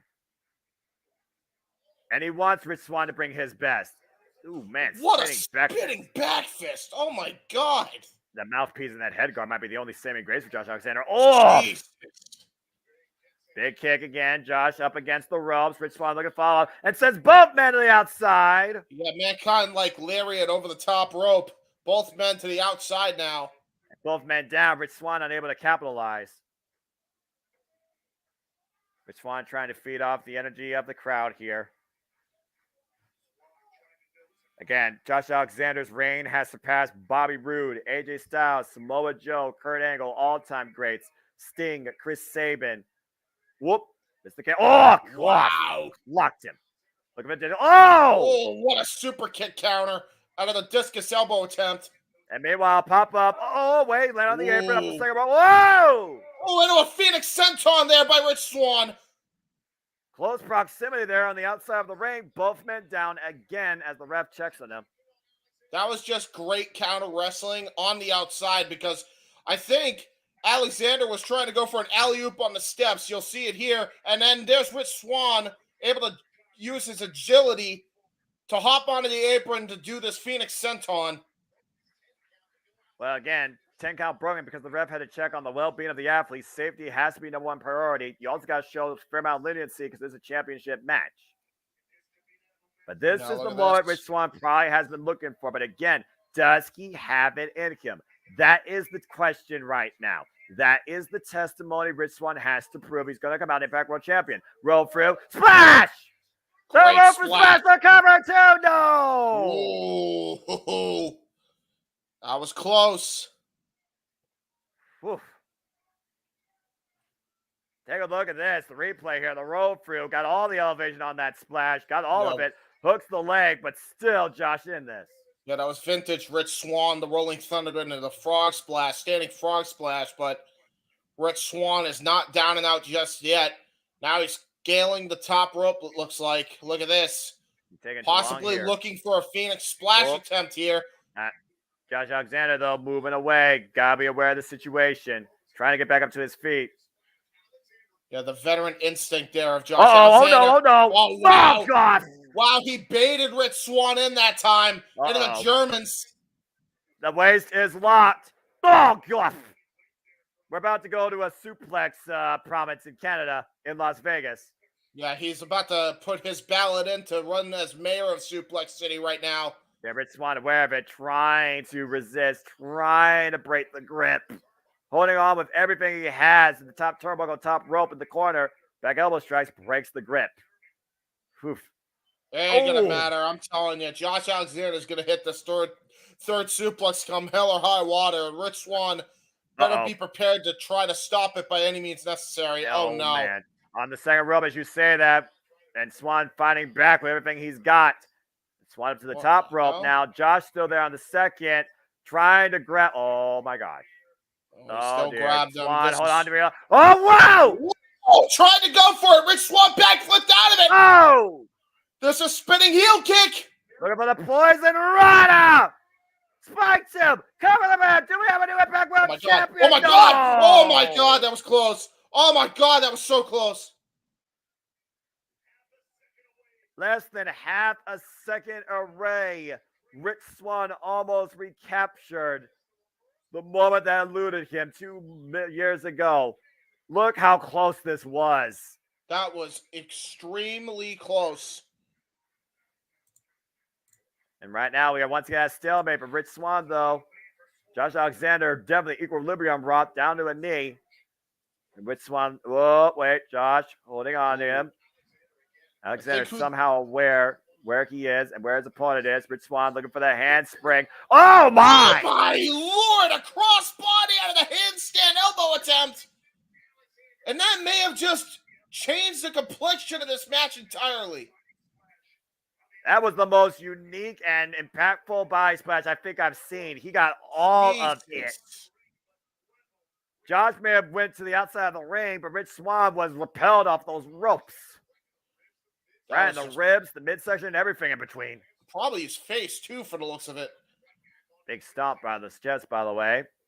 And keep this in mind as well, gentlemen. Think of what, ladies and gentlemen, I should say, because there are ladies probably watching. Yeah, think of who they have to contend with after this match. Oh, boy. Alexander Moonsault. Oh! Misses. Nothing but canvas. No water in the pool. But that does create some distance right now between him and the challenger. So Rich Swann has a moment here to regather himself and try and fight back. This is a hell of a matchup right here for the Impact World Championship. Both men pulling themselves up in respective corners here. Rich Swann walks over. Uh-oh. Trying to go for an Irish whip here. Josh Alexander blocks it. Knife edge chop. You're not going to win a strength battle against Josh Alexander, Rich Swann. I'll tell you that much. Oof. Pushed off. There's a boot to the face. Rich Swann, though, still following up. Oh, God. My God, just counter for counter here with these strikes. Well, wait a minute. Whoa! Trying to go for a Hurricane Rana from the top rope. Got caught in the ankle lock. Again, that is how adapted Josh Alexander has become. But, whoa, Rich Swann drives Josh Alexander face first in the turnbuckles. Yeah, right into the middle turnbuckle. That was really good counter wrestling there. That time by Rich Swann. And he got off that quick, too, so there wasn't too much damage done to the ankle. Again, the longer you're in an ankle lock, the worse off you'll be. And what's Swann looking for here up in the electric chair position? Looking for a poison Rana. Josh too strong, holding on to the top rope. No. Try to go for... Oh my first. God. Boardbuster variation of the alley-oop. Reverse Alabama slam. The record. Oh! Denied with a super kick off the ropes. Rich Swann hooks Josh Alexander up. Mitsunoku driver. Is it enough? Is this the moment? No! Wow! 2.8. He couldn't reach the leg on that, James. That was on pure instinct. He couldn't reach the leg. I agree. He only had his body weight down on the shoulders and chest. Josh Alexander had all the lower leverage working with him.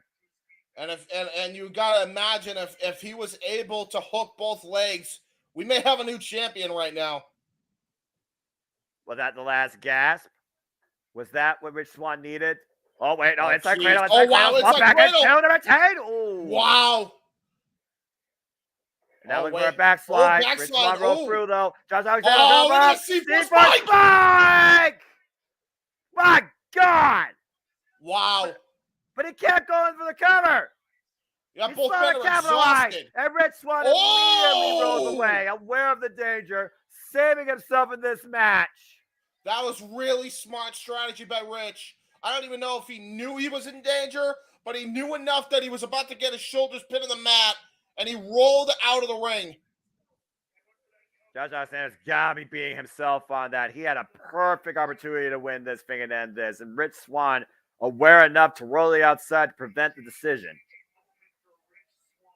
Yeah, that definitely is something, but you can't cry over spilt milk right now. You got to stay on Rich Swann. Yeah, Rich Swann literally tying himself up in the ropes, preventing Josh Alexander from doing whatever he was planning to do or any further punishment, but now at the mercy of his boots. Again, Rich Swann playing great defense right now. That's what he has to do against a guy like Josh Alexander. Play defense until you can get an opening. That's the strategy Rich Swann has to employ right now. Both men on the apron, though. Dangerous situation here. Look at these strikes, by the way. The side of the head. Hooking Rich Swann up. Oh, my gosh. Oh, boy. Oh! World strongest slam onto the apron. Goes Rich Swann. Shoulder blade first and lower back first. And for those that don't know, the apron is the hardest part of the ring. That might be it, honestly, look at his arm. Look at his arm, dude. Look at his arm. That was brutal. God. He may have just popped his shoulder, honestly. He may have popped Rich Swann's shoulder out of socket. Well, you don't see the refs stopping the match, though, right now. And Josh is not going for the pinning attempt. That was just a brutal offensive maneuver by Josh Alexander. Crowd trying to get Swan back into this thing. Swan needs to worry about if his arm's still in place. He has Why to he's also grasping worry his about if lower his spine is back and okay. kidneys. Jesus. Oh my gosh, that was disturbing. And now And look at that. meanwhile, Gonna go for the C4 spike. looking him It's up gonna be over again. here. Time to finish this C4. Oh, with the rope route! The What? rope route! Oh, kick! Wow! Roundhouse kick! Another roundhouse. Spinning back Spinning heel excuse kick! me. Looking to follow up. Trouble in paradise! Drops the champion! What a turnaround! Can Rich Phoenix Swan Splash! finally finish this? Looking to rise like a phoenix! He got it! He got it! He got it! Counter champ! No! Oh my God! 2.9! Was that the moment that Rich Swan had left? Unbelievable. Got all that Phoenix God. Splash. Perfect execution. Perfect impact. Hooked the leg immediately. Deep hook. But still not the 3.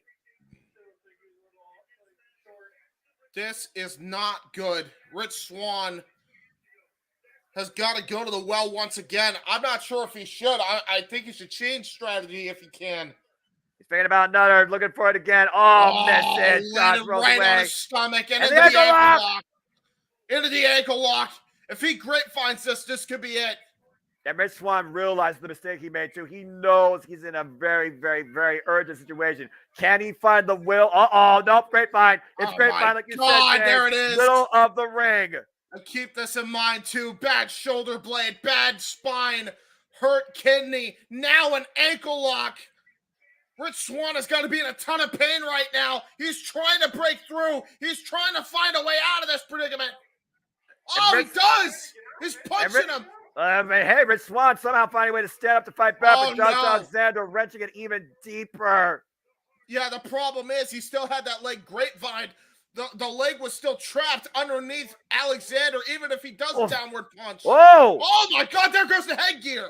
And now Josh Alexander exposed those open palm strikes to the exposed head, and that might have been enough to rock the champion to break the hold for now, but you see Swan immediately grasping his ankle. I'm not sure how he found his way to defeat in the first place, but he has found a way to, for now, separate himself from the champion. Yeah, Alexander, man, definitely one of his toughest challenges to this day for the Impact World Championship, for my money. Those strikes, by the way, James, were pinpoint to the ear, so he rocked Alexander's equilibrium too. Yep. Yeah, he is definitely he's definitely seeing stars right now. Knife edge chop now, while Rich Swan is in a downward position. He's asking him to get up, though, and Rich Swan trying to get up. Josh Alexander wants us, and we're going to firefight. God, They're firefight! their gear. Jesus! The intensity, the will, the Now a hockey desire fight! Hockey fight! to be the Impact World Champion. Oh, looking to follow up. Reverse with the clothesline. Doesn't need that clothesline. Rich Swan to follow up again. Josh Alexander does the clothesline. Handspring. Cutter! Cutter! He got He it! got it! Cutter! Hook the leg! 1, 2, to champion! No! Oh my God, he almost had it! Oh my God, he almost had it! Oh, Swan song. Spinning soul bot right to the side of the Go jaw. for it again. Go for The it again. handspring cutter caught. Oh, great Up counter. and over. Uh-oh.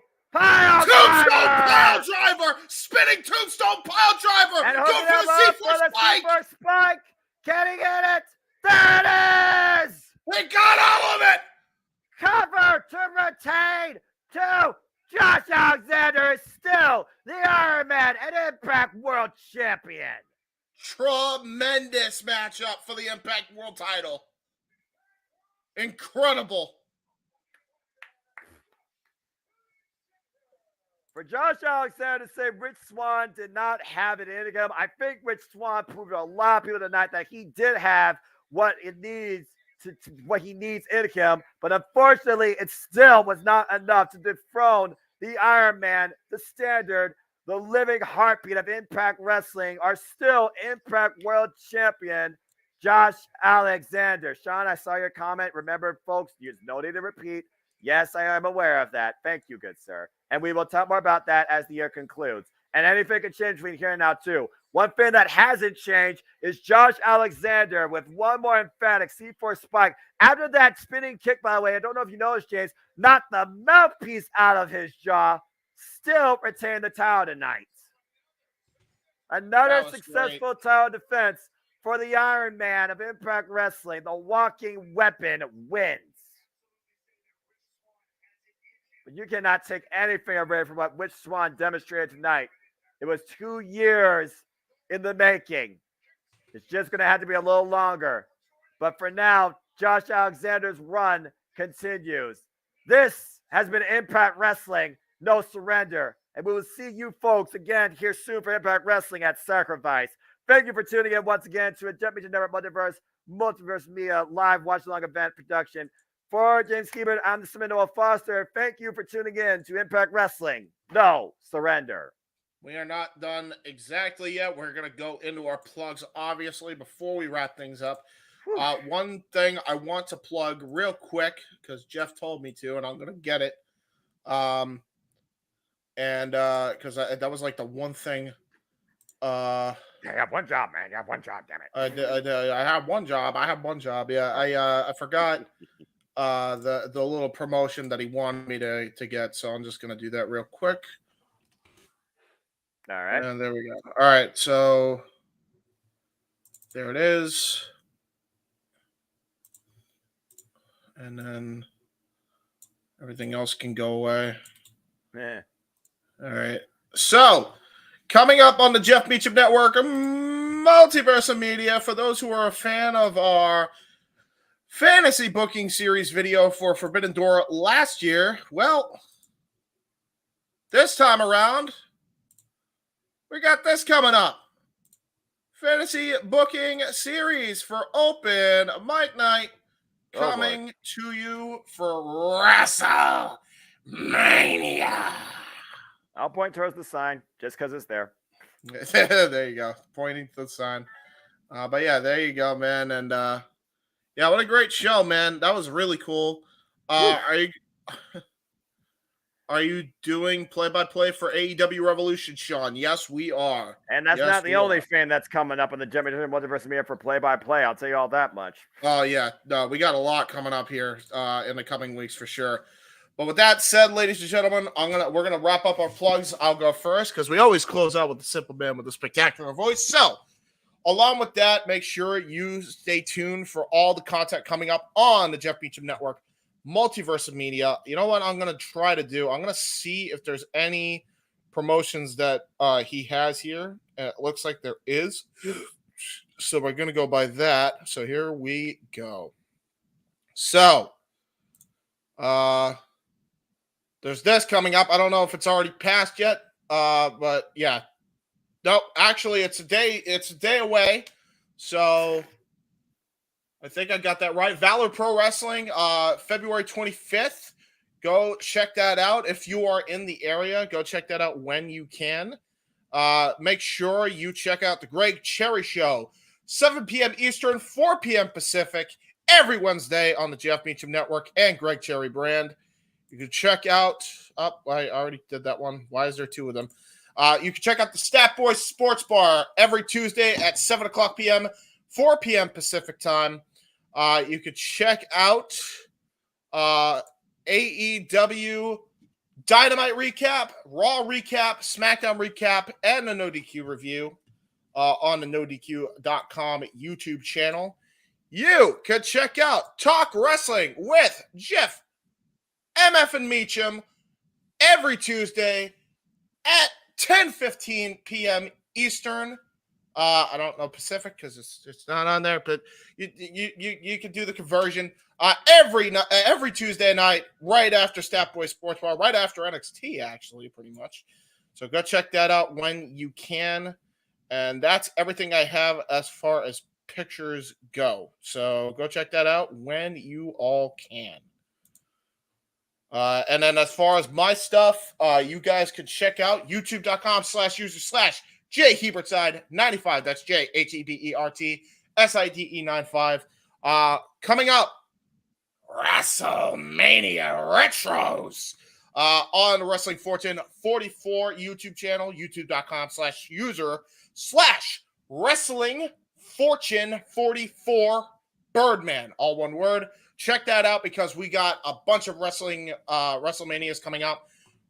WrestleMania 1, WrestleMania 10, WrestleMania 15, WrestleMania 24, WrestleMania 25, and WrestleMania 26 are the retros that we will be doing for this year's Retro Marathon. So go check that out every week. You can also check out AEW Spark, where we cover all things AEW this week with myself and Noah Foster. You can also check out WWE Aftershock, which covers all things WWE with Chris Dodd and Owen Finch on Wrestling Fortune 44 as well.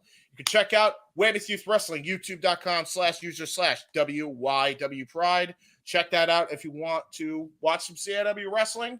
If you like what you saw tonight, chances are you might like that, and especially if you like video games. So go check that out.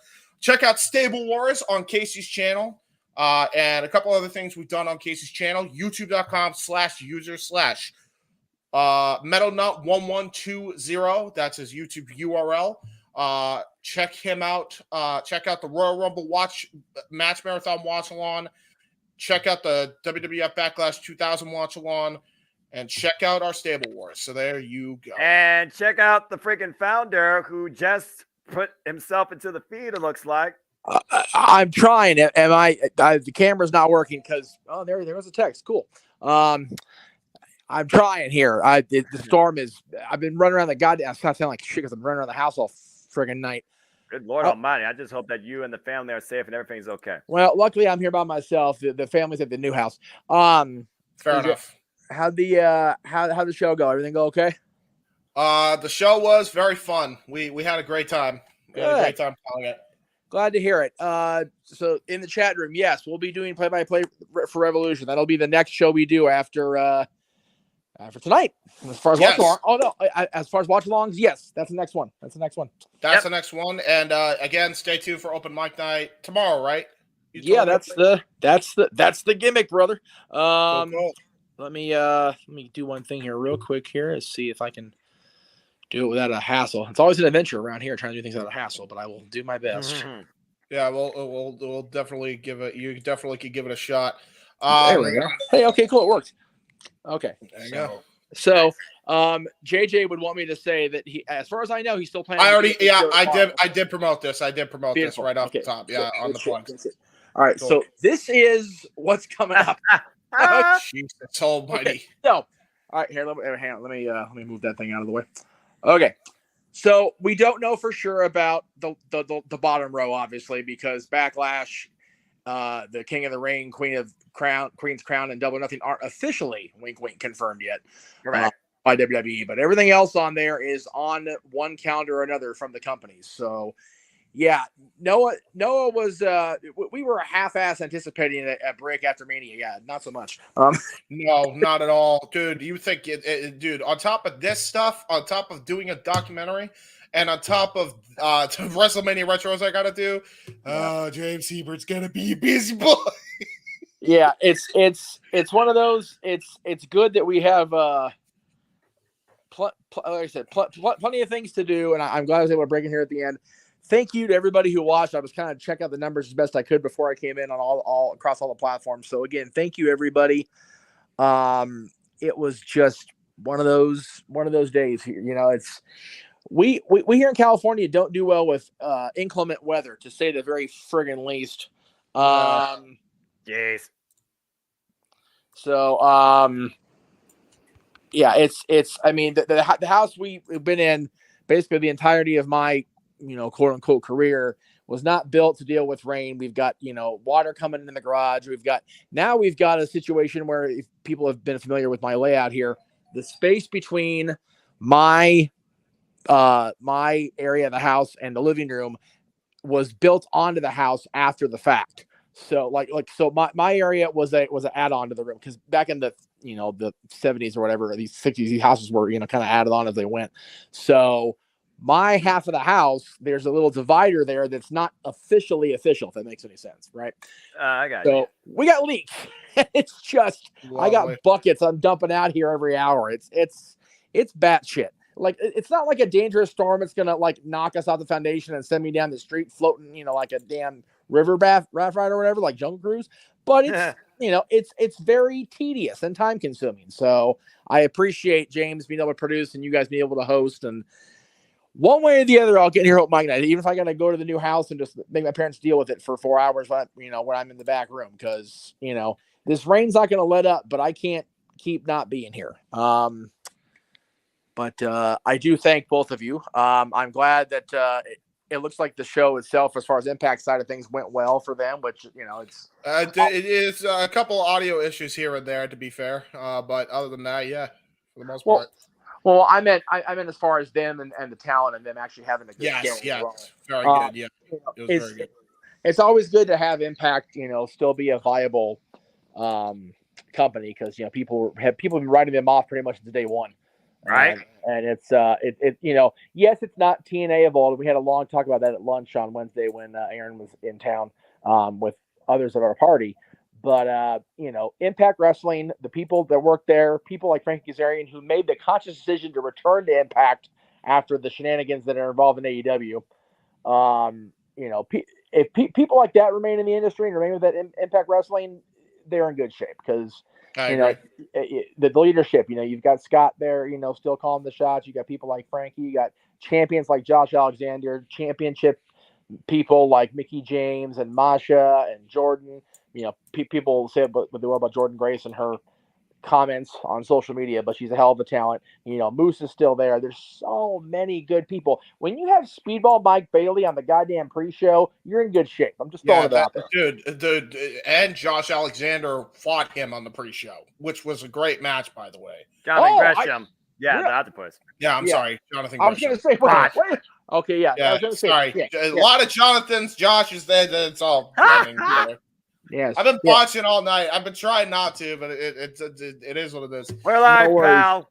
Well, like when you have a former Ring of Honor World Champion, arguably the last independently recognized Ring of Honor World Champion, if you really want to, go there against unbelievably, by God, great talent like Mike Bailey, I think you're going to have a good roster and you're in good shape. So with that being said, I'm going to bow out of here and go back to the garage and go for another round, because the water seems to want to fight, and that's fine. I'm up for a fight tonight.